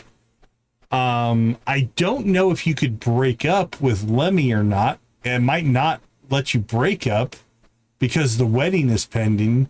So it's a very specific set of circumstances. But this is what happens when you get multiple systems all working together dynamically, right? Like if the devs had hard-coded, you can only get married on the 17th and you can only do the crest ceremony on the 20th, there would be no conflict. But because a lot of this stuff is dynamic and emergent based off of your choices, those two things just collided with each other. That's what it feels like. That's an interesting one. That would suck. Holy cow, would that be frustrating if that happened to you.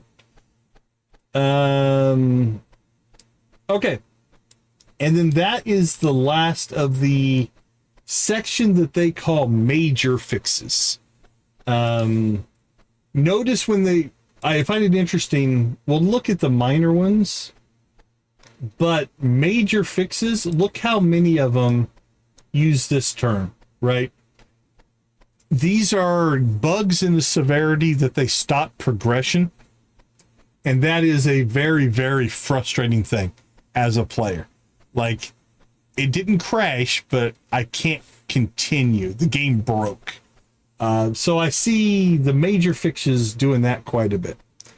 All right. Before we jump into the minor fixes, which we'll do next here, we're going to go ahead and take a quick break. I'll be right back.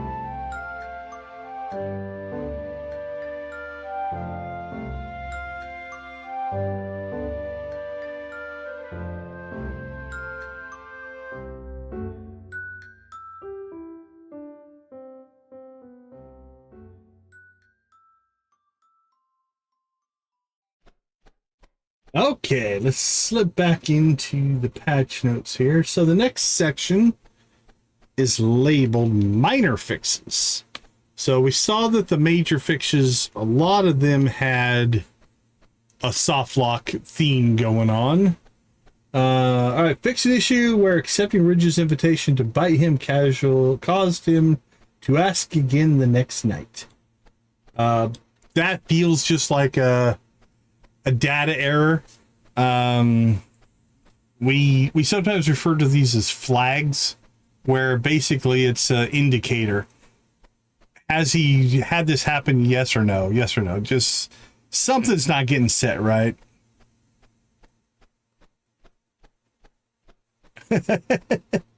Well, as long as the AI agrees with you, Ned.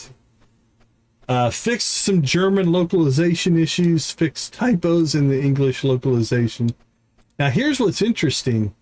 The developers of this game, I believe, are from... They're Scandinavian, I believe. Let's see. Moonlight Peaks developers. Independent studio based out of Amsterdam, Netherlands. Which means... Did they write the original game in English? Or... I guess it'd be Dutch. Which does make it so that the English would be a translation. By and large, I've got to say, I think I only found in the entire playthrough, it was like 3 or 4 typos, and that's it. It was solid. So it's cool to see him still fixing it, though. That's cool. Fix an issue where decorations near stairs and bridges could not be picked up. We had this one happen to us. Can I recreate this one? Where are we? We are in the critter room.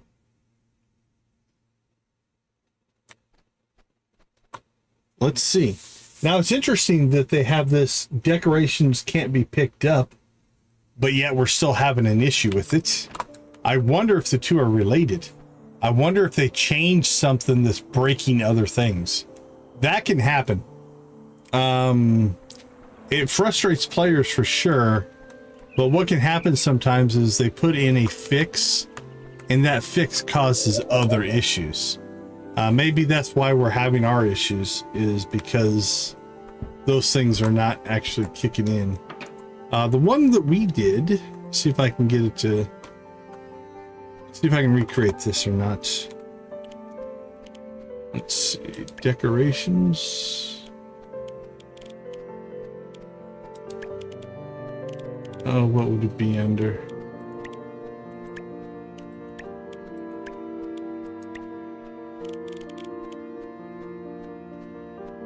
That might work.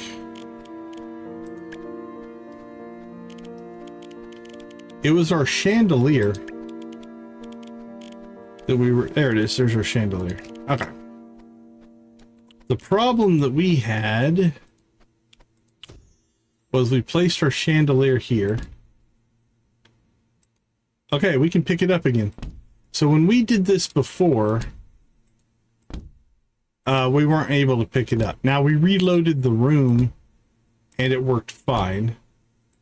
So, for at least for us, this is fixed. This was an issue that we had, so that's kind of cool. Fix an issue where Ridge expresses interest toward Persephone while the player is dating Ridge. Again, that's a logic error. There's some piece of data that didn't get set correctly, probably. Fix an issue that allowed free higher quality cooking. All recipes now require at least one quality ingredient. I'm not sure what that issue is, but that's just, again, probably something on the back end. Fix an issue where NPCs attempt to walk through Sneck during Winter Wake. Fix an issue where the player's house was invisible during the date intro cutscene. Improve the hat offset positions on mannequins where the hat is placed as a decoration. So these are things where they're technically bugs.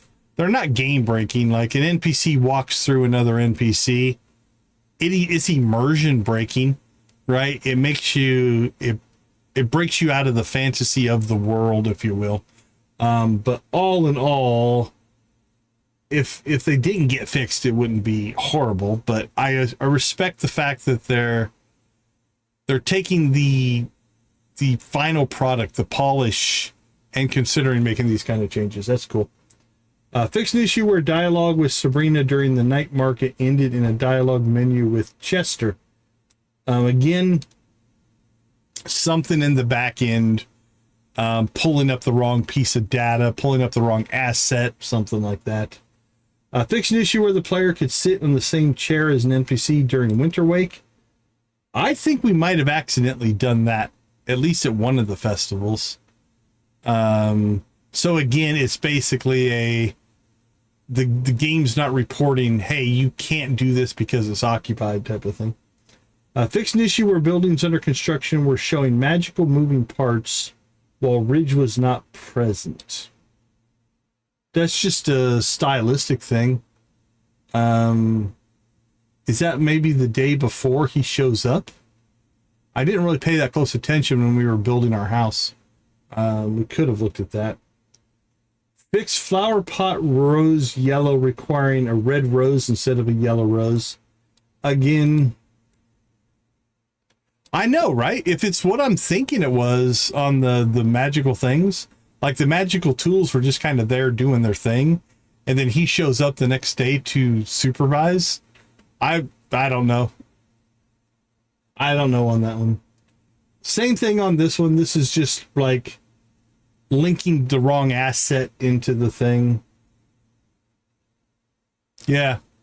Yeah, it's like I was kind of the same way. It's like I didn't see that as broken or wrong. Fix Citrine Flutter not having the correct icon. Okay, again, that's another one where the game's just calling the wrong asset or something's named incorrectly. Something like that. Fix an issue where Sabrina showed someone else's NPC menu during Winter Wake. Fix an issue where Dragon shows someone else's NPC menu when declined a Noctura challenge. Again, wrong asset being pulled. Fix an issue where the bouquet gifted by Ridge during his first romantic heart event is not received. Again, back in data error, probably. Fix an issue where the gong sound effects keeps playing when exiting a yoga session.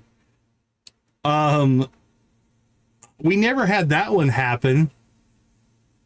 I can see where that would be very annoying, but it would be funny. If you left yoga and the gong just kept going off all day long, it'd probably get annoying after a while. Fix an issue where melon rice pudding, mushroom soup, and breakfast burger were considered as dairy items. Now, this is interesting. Considered as dairy items. What does that mean?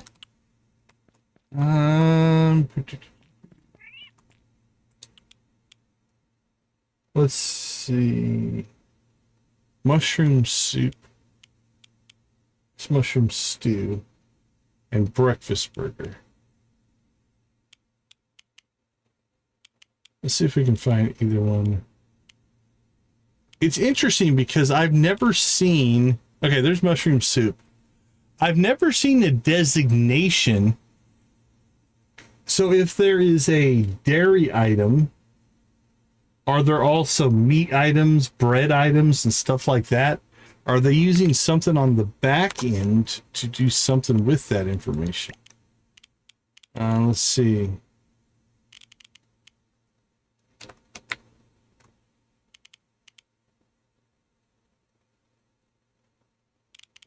Oh, fully back. What were we in? Were we in the cooking?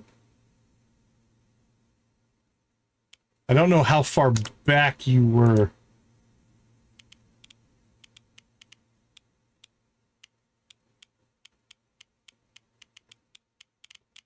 I don't remember seeing anything in Dutch. Oh, there's this one here. That burger. The Bruges Kos.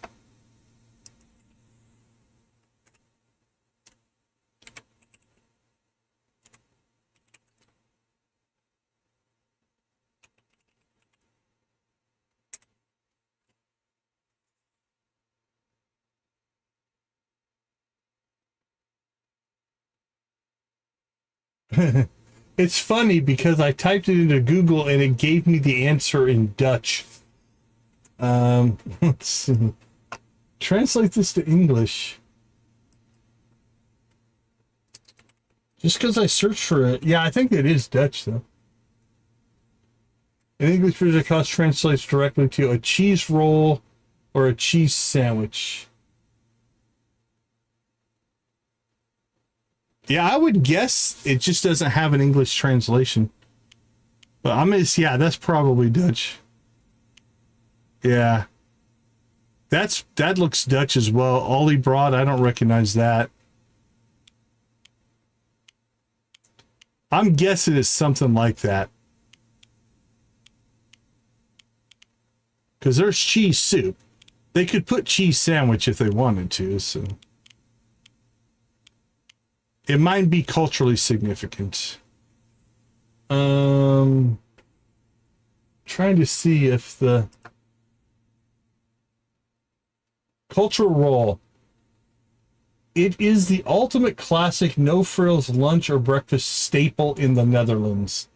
I would say it is probably just, yeah. I mean, it says it's a staple. So... It is their thing. Yeah, that would be my guess. That's pretty good. Nice catch. That's impressive. Okay, so I don't know what this considered as dairy items actually means. Fixed an issue where pressing down on the D-pad caused the house storage UI to close.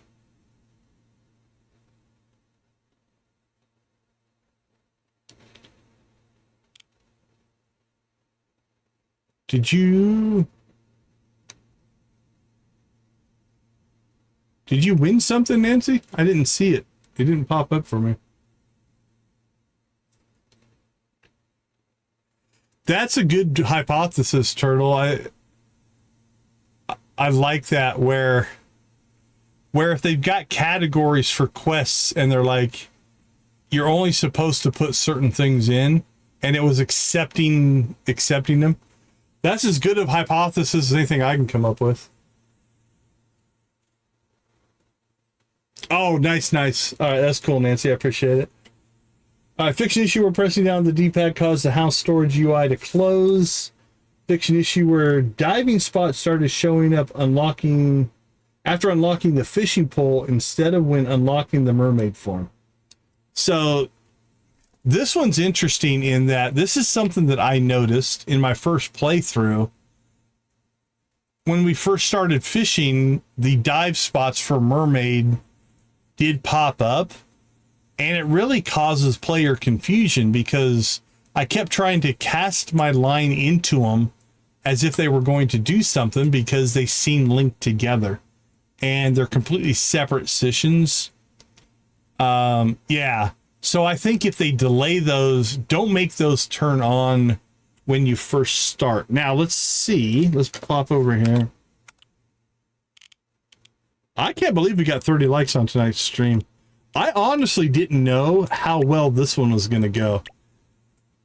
I didn't know if anybody would want to watch me go through the patch notes, but I think it's important to discuss these kind of things and get different perspectives on them. All right, let's get Zaximus back out here. Yeah, we haven't raved tonight. We'll get a rave in.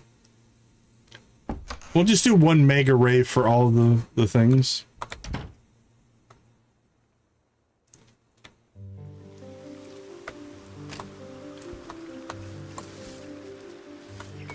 Okay, let's see. No dive spots over here. That's good. But I know in my first playthrough, they definitely confused me.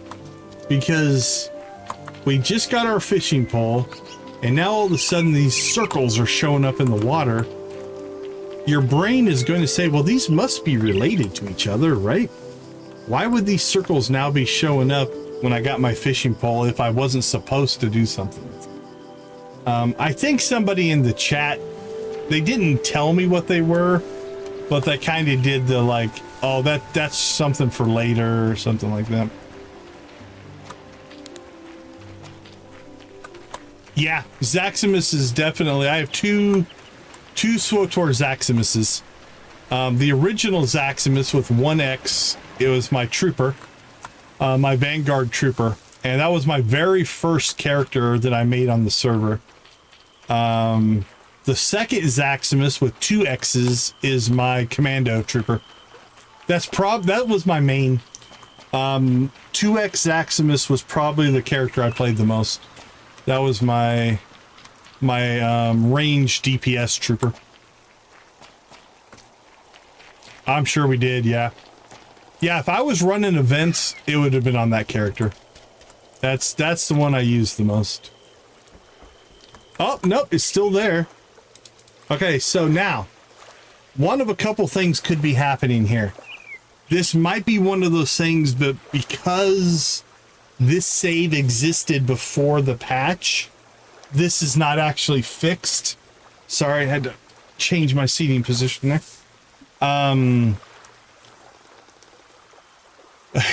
Oh, that's sweet of you to say. But, so I don't know if this fix is like for going forward, or if it's one of those things that, you know, again, maybe the save just remembers that there's a spot there. So I'm not sure on that one, but it makes sense that you would unlock that when you get the mermaid form. Yeah, no, my Commando Zaximus by far was probably my most played character. Let's see, was it Sharpshooter? One of my smugglers was probably one of my higher played characters. The original Zaximus I played a lot as well. Alright, fixed an issue where unobvious restrictions cause the player to lose the Twilight Showcase. That statement right there is so vague that it means absolutely nothing. Unobvious restrictions. Yeah, whatever. I think the Twilight Showcase is not that well communicated as to what you are supposed to do. In one of our streams, the first time that we did it, we did reload that event over and over and over again and tried out different combinations. What we found in our testing was as long as you hit like a relatively low minimum amount of money and a variety, you could do okay.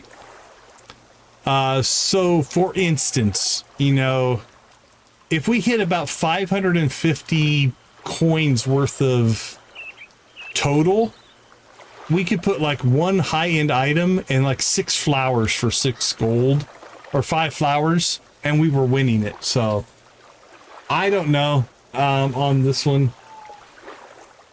Hopefully they better communicate what you need to do to win. Give us a scoring system. Give us a point system. Give us more details on what the judges are looking for. Is it supposed to be pretty?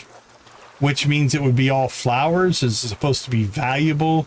Is it supposed to be a variety? Can I put just all of one item in? It's not very well communicated. All right, fix an issue where talking to an NPC while being dragged into the waterfall caused the dialogue UI to stay open while walking around. Now that's hyper specific. Talking to an NPC while being dragged into a waterfall caused the dialogue UI to stay open while walking around. That's crazy. I'm going to put this one into the category of something we call edge cases. They are these hyper-specific, yes, if you do all these things like this, it can happen. It's just such a weird circumstance that you're not going to see it a lot. Still, kudos for them fixing it, right? It's cool that they did actually fix it, but that's hyper-specific. I'm trying to think. You'd have to be in... Okay, here's my hypothesis on this one. You're in mermaid form. You're in the water talking to one of the mermaids. Another one of the mermaids is swimming and runs into you. And while the cutscene is going on, pushes you, or the dialogue is going on, pushes you into the waterfall. And by doing that, the game thinks you're moving, so it never closes the dialogue box and it just sticks. That's the best I can come up with for that one. Fix an issue where Eris Heart event started in town instead of the Third Eye Threads. Yeah, okay. Not sure what caused that one. Fix an issue where the Vampster number in the almanac did not match the amount already returned. I would put that one more in... I mean, they have it in the minor issues. I would put that in the major issues section. That would be frustrating. It might not stop you from completing it. So maybe that's why they put it in the minor issues. Like, okay, the number's off. But it's like one of those things where, okay, it's off until you get the right one in, or would it always be off? I'm not sure on that one.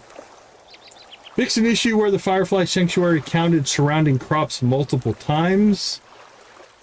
That most likely is for the how many crops you need close to it to make it work. Truthfully, I usually have so many extra near it that it's not that big of a deal. Fix an issue where embroidery designs were not shared between devices using cloud save. All right, I'm gonna get, man, hold on. I'm gonna pop back over here.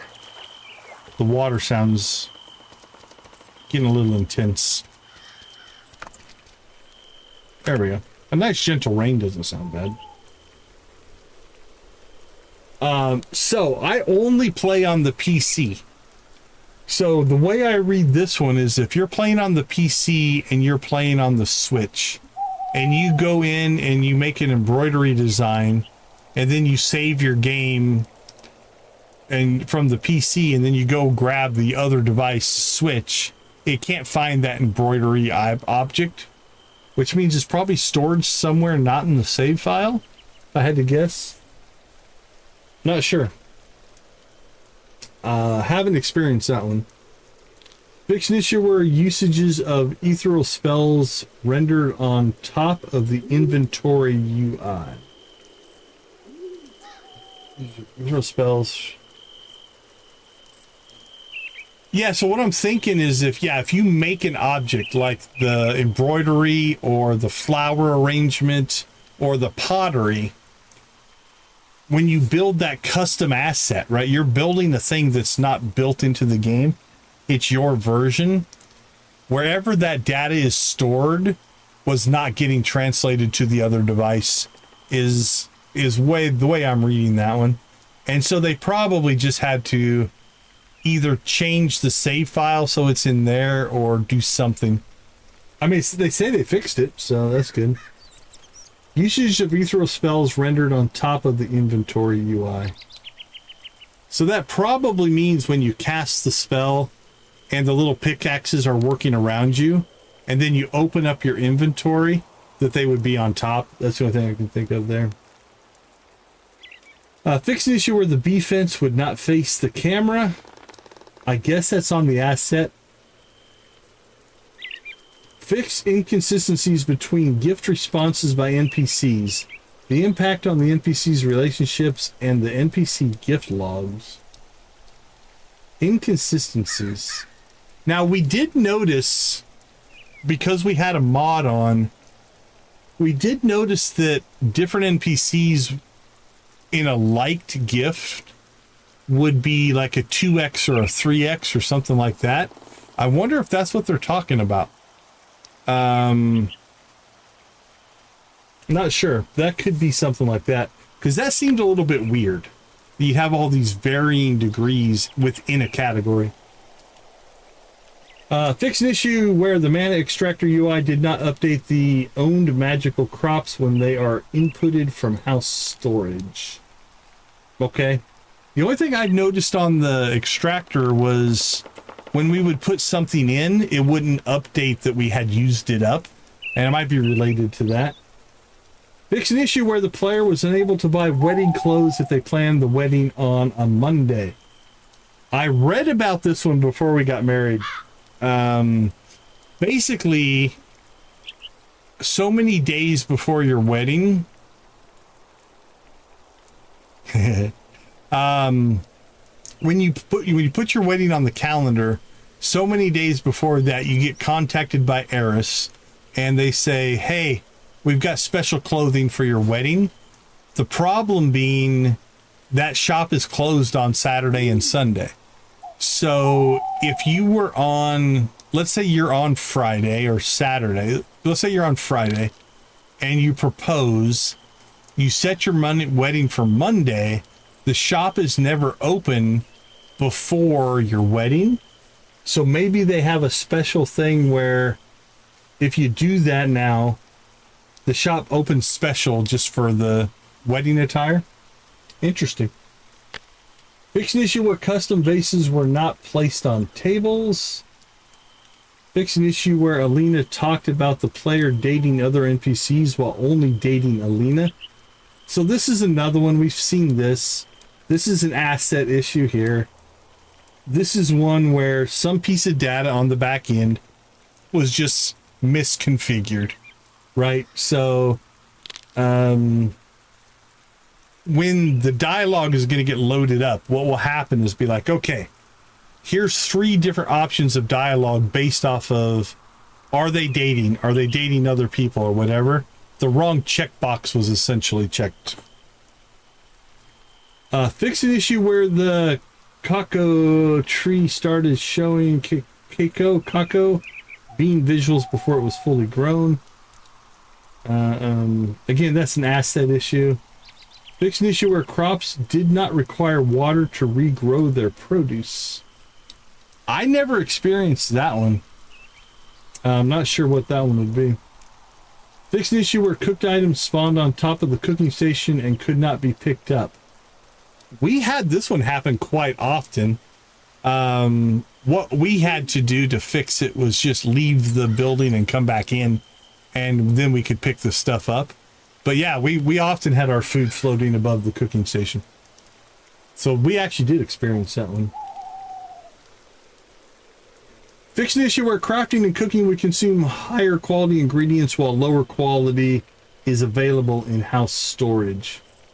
This one feels like, so from what I can tell, when you're doing any kind of action that uses up a resource, it checks your local inventory first and house storage second. But there's a second system that says if you want to make a normal quality item and you don't have enough ingredients, it will use higher quality items but not give you the higher quality output. And so what's happening here is it checks your inventory and it says you don't have enough low quality items. Oh, wait a minute, you have a 1-star item. I'll just use that one before it checks your storage to see if you have the normal quality items. So an order of operations type of issue, if you will. Fix an issue where Jacques took a few seconds to start his dialogue. Cool, thanks for fixing it. Fix an issue where the dead crops cutscene explaining season crop rotation started right after another cutscene. Dead crops cutscene. Trying to remember if we got that one. We had to have gotten that one. Okay. Not sure on that one. Fix an issue where equipping the belted robe did not show its visual on the character. Again, that's just another asset issue, if you will. Oh, sorry, I went too far. There we go. Fix an issue where the Serene Elegance bouquet was rotated incorrectly and could not be placed on tables or shelves. Asset issue. Fix an issue where the gramophone placed next to the coffin playing the sound effects whenever a new night started. Fix an issue where a gramophone placed next to the coffin played the sound effects whenever a new night started. So I guess on the spawn of the day, because it was there, it kicked in or something. That's kind of funny. Fix an issue where the gramophone needed to be manually restarted every night to keep the muse trees dancing. Turtle mentioned this earlier. I thought this was by design. So are you supposed to be able to put the gramophone down, turn it on, right? It would be like an alarm clock is what it would seem like. So is it meant that you put down the gramophone, you turn on the music, and then you never have to interact with it again? Because we were going in and doing it every day to get our trees to grow. Otherwise, they wouldn't grow. Well, that makes more sense this way, where it's like, okay, once the music's playing, the trees will dance and they don't need your interaction. Fix an issue where map icons did not respond to cursor hovers. I've experienced that one. The main area that I would experience that one in would be something like we go to the map and we notice that Fiona's in her house, right? And sometimes when you put your cursor over top of this, they wouldn't show the people on the inside. It's just almost like the icon wasn't working. So we've had that one happen to us, so it's a nice little fix. Fix an issue where custom items kept showing when presenting other items. Fixed an issue where custom items kept showing when presenting other items. I don't know what that one means. I don't know if there's a little bit of lost in translation here or what. I'm not sure on that one. Fix an issue where destroying a planted void radish spawned a mature void radish instead of its seeds. That's interesting, because what you could do as an exploit, you could basically just plant a void radish, then pickaxe it and get the actual fruit. That's interesting. Fix an issue where the gramophone interaction icon had no offset. They were really, really serious about doing stuff with the gramophone in this patch, I tell you. Fix an issue where moving the gramophone in and out of range of muse trees using decoration mode did not influence the muse trees. Okay. So it might have only been applying the effect at the start of the day. So if you moved it, it wouldn't reapply the effect, something like that. Fix an issue. Okay, we did that. Fix an issue where the player was sitting on an invisible chair during cutscenes at the broken lamp. One of two things here. Either an asset was missing or the location of the character sitting was supposed to be somewhere else. So while they were supposed to be sitting in a chair, they weren't, but they still had the seated position. Again, I think it's kind of cool that the attention to detail at this level is awesome to see, right? These are minor little things, but they definitely influence the feel of completion, the feel of polish, the feel of professionalism of the product. Love to see it. Fix an issue during the Cursed Bridge quest where Urlock says he's going inside the broken lamp but doesn't. Again, a logic error on that one. Fix an issue where delayed NPC routines actions were not cleared when starting a new night. Delayed NPC routine actions were not cleared. So basically it feels like there was some special thing they were doing and it didn't get reset for the next day. And so they were doing stuff they weren't supposed to do, would be my gut on that one. Fix an issue where the cat form would automatically walk back into an area it just came from.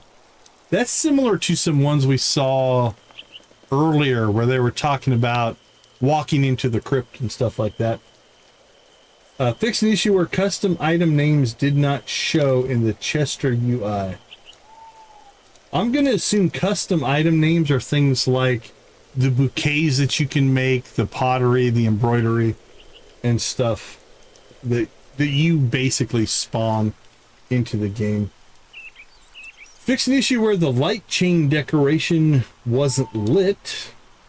That's another asset issue, I think. Fix an issue where the Rabicula received from Saga had the portrait and texture of a calcula. This does not fix existing Rabiculas. This is something where if it's already spawned, they won't retroactively fix it. Again, though, that definitely feels like an asset issue. Fix an issue where the positional offset of hats was placed on a decoration was incorrect. Again, asset issues. Fix an issue where the citrine flutter had the incorrect icon. I think we already saw that one in the major ones, whatever. Fix an issue where Brooke was titled Ghost Brooke in the relationships tab. Again, confusion in assets.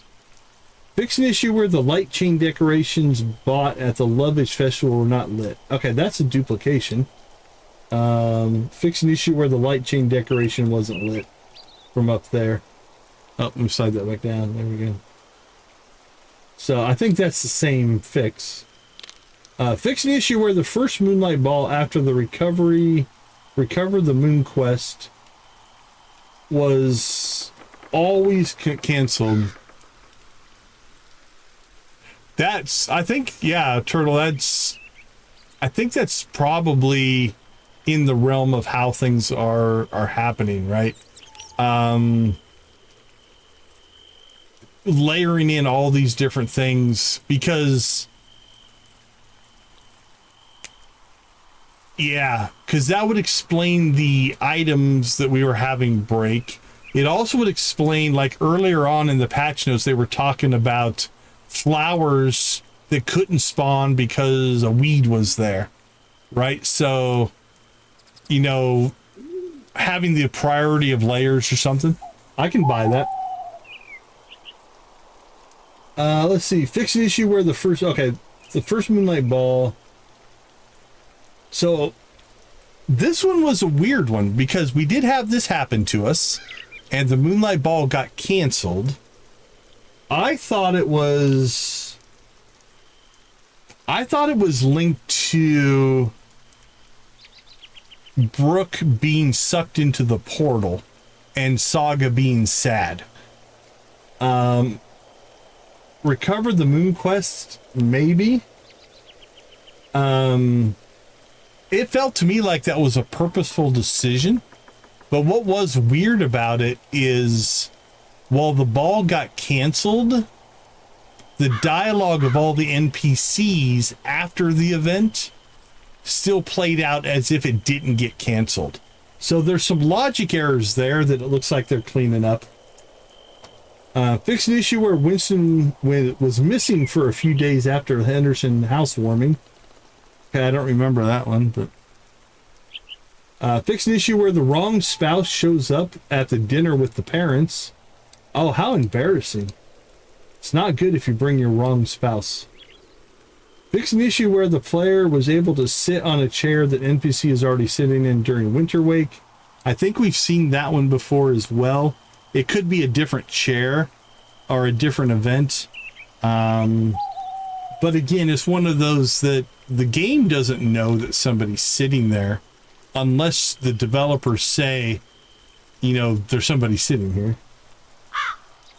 Fix an issue where NPCs are trying to walk through Sneck during Winter Wake. I think we have a section that's been repeated here. Fix an issue where NPCs would use the catacombs to travel before the catacombs were unlocked. We had this one happen in last night's stream. I think it was it Orlok? Orlok was in the catacombs. Because we saw his picture linked here. And so, yeah, we had that one happen. Oh, sorry. Let me go over to the map. So what happened is, I think Orlok was going home, probably left the broken lamp, but his picture showed up when we hovered over here. Like we can't get here because we don't have access to the catacombs yet. No worries, Nancy, no worries. Fix an issue where wedding of Kim and Samuel could trigger during Moonlight Ball. So again, we've talked about this one when we were looking at the calendar. Let's see, I don't think the Moonlight Ball is here. Yeah, it's not on my calendar here yet. But basically you've got all these moving parts of events that the player triggers. So they're not hard-coded to, it will always happen on this day. It's going to happen after a set of prerequisites happen. Well, if you've got multiple events all floating around and they all try to happen at the same time, it can cause you issues, or one might get just overridden by the other one or something like that. Fix an issue where the progress bar in UI of farm objects like bee houses only started filling when reaching the minimum threshold for producing 1 honey per day. Progress bar of UI. Okay, so this one to me reads like the progress bar would just stay blank until it hit 1 and then it would start to fill in. That's my guess on that one. Fix an issue where the decorate input button shown in decoratable areas like town park kept showing while in inventory and pause UI. Again, that's probably just an asset cleanup issue there.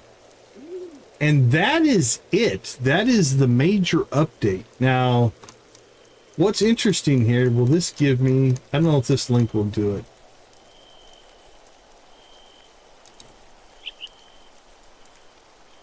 Patch notes. Okay, so this is definitely not the first patch, right? So if you look here, small update, regular update, small update, small update. This is the first one that they're listing as a major update. If we go back, Let's see, are there older updates?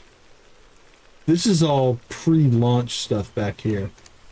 Okay, so let's take it. We're not going to go through line by line, but let's see what a small update looks like. Well, we will go through this one line by line. Fix short freezes every 5 to 20 seconds. Fix player getting stuck in slow walking animation when exiting doors. Fix soft lock during the new card sequence while playing Nocturne. That's a very small update.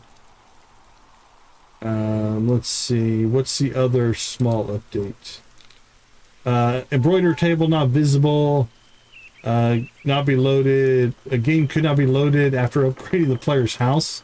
That would be frustrating. Tree seeds not being plantable during all seasons. Tree seeds showing incorrect seasons in some places. Decorations on tables and shelves not removed. Crops did not grow. So just minor bug fixes there. And then this one's a small update. Okay, that one's a little bit bigger, but again, bug fixes for all of those. And then we've got the regular update. Let's take a look at this one. So this one does have an improvement in fixes section. Much, much smaller though. Improving loading times. Oh, opening up home storage in the barns and greenhouses. House storage using quick transfer. Unlocks embroidery sooner. Tree seeds now show the seasons. More vampire sketches from Brooke. That's cool. That's content. And then a bunch of fixes. But yeah, so compare those to what we just got. Small. But this is a lot of stuff. And arguably, yeah, and arguably this isn't even everything, honestly. This is the major things. There's all kinds of little things they probably tweaked on as well. So, very cool, very cool. All right, let's pop back over to the game. I'm going to... Let's jump back out to the main menu here.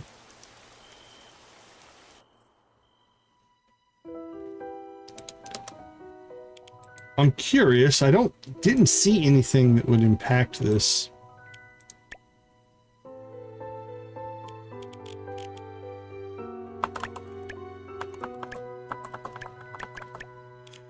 Yeah, that all looks the same. Lots of variety. Roll the dice. This is how you should make your character. Just roll the dice and then let go. That's a look right there. I tell you. Looking good, looking good. All right. I didn't think we'd see anything in the character creator. Let's go ahead and jump back into Zax. See if there's anything else on our new save. Okay, so let's go ahead and take a short break here, and then we're going to have to talk about future streams on this game because I've got some thoughts. So let's go ahead and take a quick break, and we'll be right back.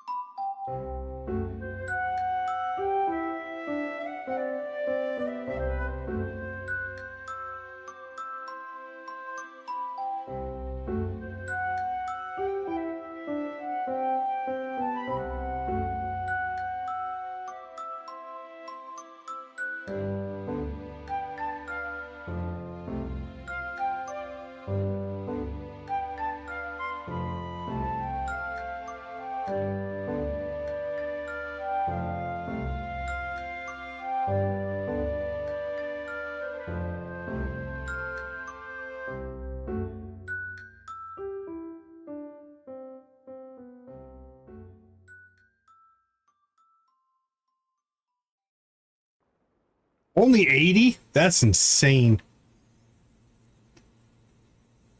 Who'd have thought it? All right, well.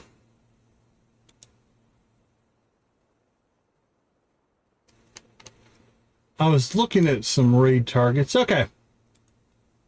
Let's talk about... There we go. Let's get back over to this. You're going to get that jackpot tonight. What's it up to? What's the mega sitting at? 22,000.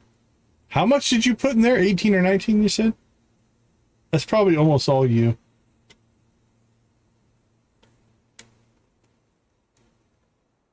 Okay. So, I'm impressed with the amount of content that they have changed here. If you think about it, this game released what? Beginning of July? Moonlight Peaks release date. I think it was like the first week of July. July 7th. Available on PC via Steam, Nintendo Switch 2, and Google Play Games. So, we're looking at, let's see, 1, 2, 3, 4, 5, 6. We're six weeks and 3 days since the game released. The amount of updates and contents, and for us anyway, this game has been very bug-free. There's been a couple little minor weird things, some typos. We've only crashed twice in all of the time that we have played. And we have played 247 hours. So we're 250 hours into the game, and we've crashed twice and only found a couple of different little minor things. So stability is solid. And even some of the weirdness in the like logic errors and stuff, we haven't really encountered a lot of that. But we are kind of at a weird thing right now. First thing, because the game has just patched and we decided to just start doing a modded playthrough. I'm going to reload the mod page here real quick. the mods need time to update based off of the changes, right? Let's see.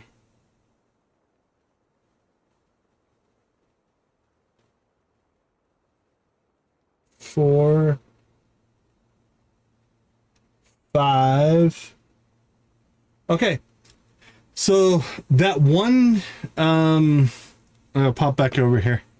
This guy right here, the one that has all these mods, he must be just using all day today to update his mods, because he's now up to 5 of his mods he's updated in the last 11 hours. So if you look here, this one updated 11 hours ago, 11 hours ago, 8 hours ago, 4 hours ago, and 2 hours ago. So basically, it looks like he's going through all of his Moonlight Peak mods one by one and fixing anything that is an issue. Kudos to this guy. That's impressive. Eventually, the other ones are going to catch up. It just takes a little bit of time. But it kind of puts us in a weird spot. He's very on it for sure. If we want to continue our modded playthrough, I'd have to test one of the mods that we're using locks the game. It won't load. My toolbar mod won't load. It just sits there and gets stuck on the loading screen. Every other mod that we had installed will allow the game to load, but I was testing a couple of them and they just weren't working.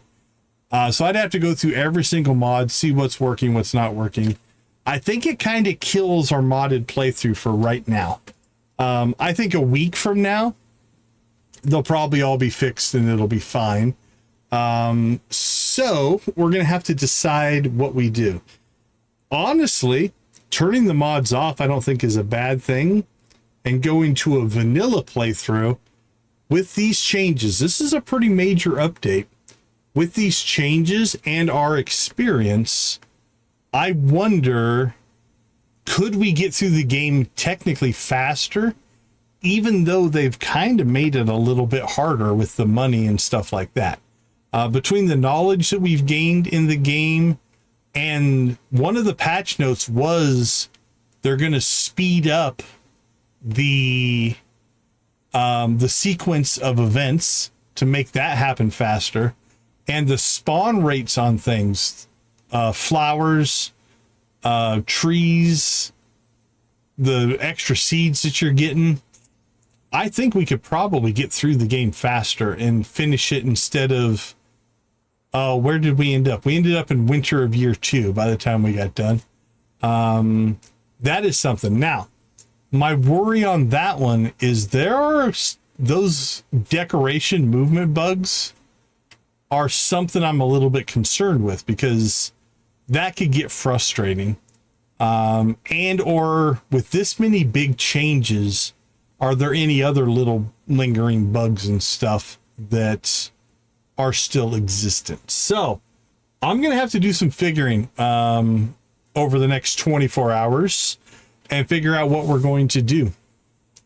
We could go back to Stardew. We haven't played Stardew in a while. We could, Fields of Mystria has been requested. We could maybe look into that. I don't know very much about it, but seems interesting. I've watched a couple people play it, so I don't know. Over the next 18 hours or so, I'm going to have to figure something out and see what we're going to do for tomorrow. I do want to thank everybody for the open conversation that we had tonight. I didn't know how well this stream would go. I didn't know how much people would want to spend this much time digging into every single line of the patch notes, right? You know a good bit about, cool, that's fun, on the Fields of Mystria.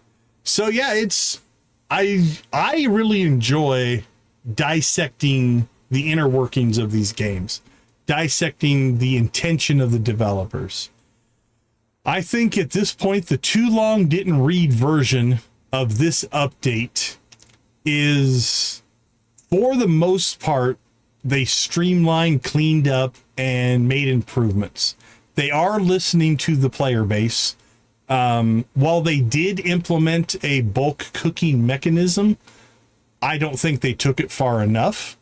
They save a few clicks, but I would prefer it to be like, I don't want to click that mini game 8 times, but hey, Neon, how you doing? Good to see you. Good to see you. But they are listening. They did make a few changes to the house storage, which is a step in the right direction. But I don't think they took that far enough. Now, that being said, as a developer of the game, I think they also have to be careful not to just take the mods that are getting built and go ahead and just implementing all the mod stuff. So I think there's some value in, like, you know what? Let's not add the search bar to the inventory because there's a mod that does that. So obviously, we'll call it the controversial aspect of the update. A lot of stuff to streamline, some quality of life things, the nerf to wine, the nerf to kegs, the nerf to honey. That's what people are talking about. They are talking about, like, that's going to make the game harder. And while it does make it a little bit harder, it also turns it into, it makes it more grindy, I think. It's not really harder. It's just like, it's going to take me longer to deal with this right now. That really, really impacts the early game. By the time you get your level 3 watering spells and stuff like that, we had 720 crops growing, and it really wasn't that big of a deal to maintain, right? We harvested a little bit each day, and well, that's the other thing, Turtle. That's a great point. These type of games grinding is part of the experience. It's not for everybody, but I don't think they made it worse. And arguably, like I said, they lowered the cost of stone on the house upgrades. Like, it wasn't all just doom and gloom.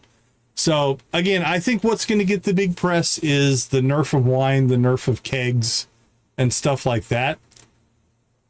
I don't think it's going to impact me that much, but so I don't know. So that's kind of where I stand. I think by and large, this is an amazing update. There's a lot of cool stuff in it, a lot of bug fixes, and a lot of just little tweaks to make the experience better. So I'll take it. So, but I think I might pause. I'm definitely going to pause the modded playthrough. I can't imagine that by tomorrow, all of those mod makers are going to have their updates done. Also, I predict, I'm going to say early next week, a mini patch comes out to fix the little things. That's what I think is going to happen. Is there's going to be a mini patch and they're going to fix these little lingering things or the new problems that they caused. So I don't know. We'll have to figure out what we're going to do. So that being said, we need a raid target. Who are we going to raid? I see Purple Rocks Amy's up. What do we got here? Minds of... I don't even know what game they're playing. Let's take a peek. We got Savvy's Adventures playing Fields of Mystria. We've got Purple Rocks Amy playing Pow World. Let's see how far in they are. Oh, Purple Rocks Amy is just ending. So that is not really a good raid target, is it? We raid them and they leave. That would be horrible. Okay, Sabby's Adventures. Got 2 streams going. I think they've got one vertical. Yeah. One's vertical, one's horizontal.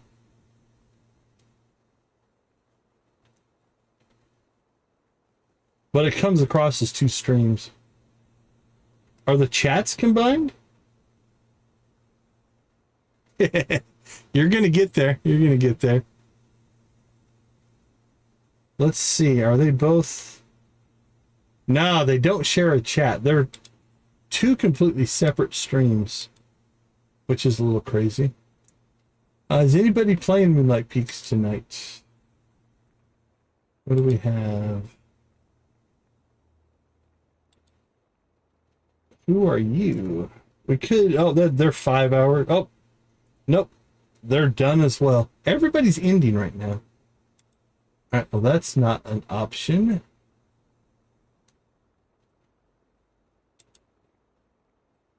Anybody else playing Moonlight Peaks? Might be Savvy. If anybody knows of a raid target, let me know. Throw it. Usually another hour. Yeah, we're at 1 o'clock right now. So usually, yeah, we play between 2 or 3. But even Cozy Cow's not... She's not up for another, like, 4 hours or something like that. She's not starting till 5. Let's see. What is... Okay. Nothing going there. All right, let me do a refresh here. Let me do a refresh over here. See if we can get ourselves any new targets. Yeah. You guys jump time zones a lot. I'm amazed how much you do keep track of it.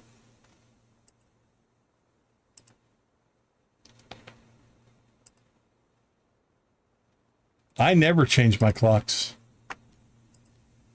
I'm a stubborn Arizonan.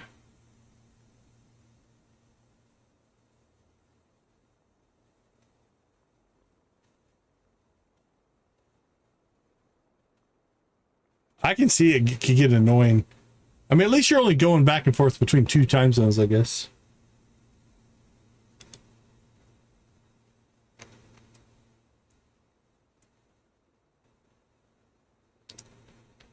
I believe, yeah, I think you're correct. And not even there's some parts of Arizona. There's some parts of Arizona that do. Oh, Purple Rocks Amy is raiding us. We were just talking about raiding you. And then I noticed that you were wrapping up. Yeah, we're getting ready to wrap up as well. Thank you so much for the raid, though. We'll hang here for a second. Let's let them get in here.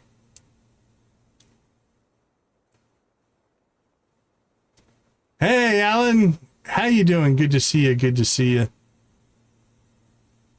We'll wait till Amy pops in.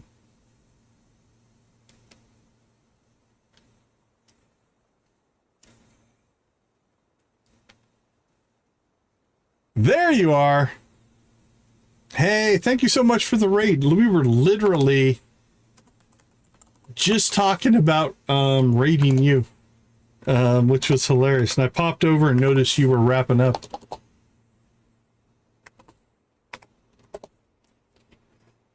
So thank you so much for the raid. We do appreciate it, though.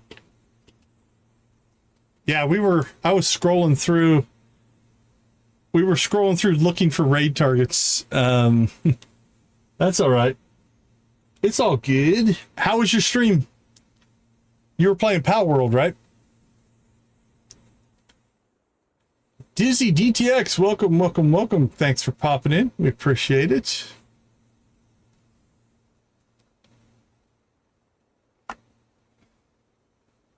Well, we have... Can I tell the difference between these?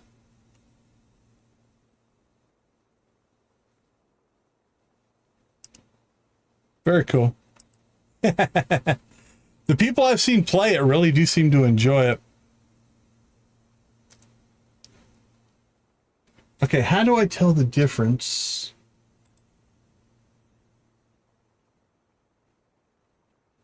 Or watching and 8 watching.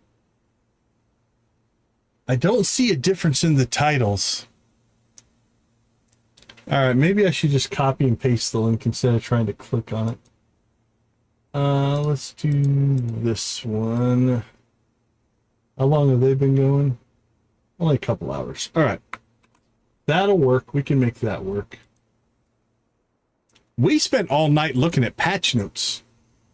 How exciting is that? I actually enjoyed it. That was a lot of fun.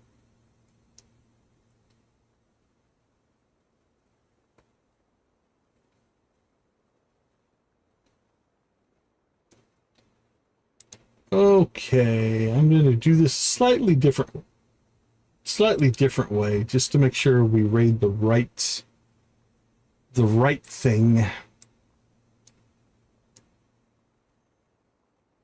Thrilling? I might be overselling it. I had a fall. I enjoyed it. I guess isn't that what they all say? If you're going to make content that you enjoy. As long as you're enjoying it, then your audience will enjoy it too.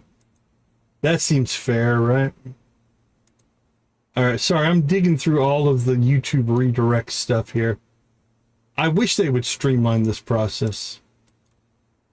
All right, let's just paste.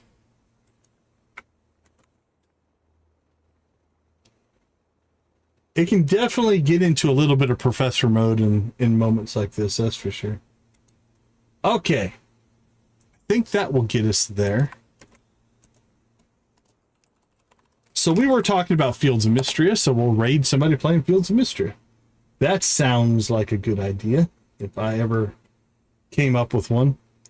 Okay, everybody, I want to thank you all for hanging out with us. I want to thank Purple Rocks Amy for raiding us, even though we're going to immediately raid somebody else, but that's kind of part of the fun. You can get those chain reaction raids going, I guess, and everybody benefits. Everybody gets some view time, so appreciate y'all. So thank you for hanging out. Thank you for making gaming a positive influence on the world. I do believe that's a big important part of what we do and what we want people to consider. We will go ahead and leave you like we always do. Go watch, play, or create something great. Be a part of a gaming community. 16 or 17? Oh, very nice. Very nice. Thanks. Okay, let me make sure. I'm going to double check this one more time because I was setting up the raid on 2 different computers and I want to make sure I didn't mess anything up. Nope, everything's still set up. Okay, cool. We'll leave you like we always do. Go watch, play, or create something great. Be a part of a gaming community in whatever capacity makes the most sense for you. Thank you so much for being a part of our gaming community. I do appreciate each and every one of you. Have a wonderful rest of your day, evening, morning, or night. And we will see you tomorrow night playing I don't know what. We will find out when we get there. All right, everybody. Take care. We'll see you tomorrow.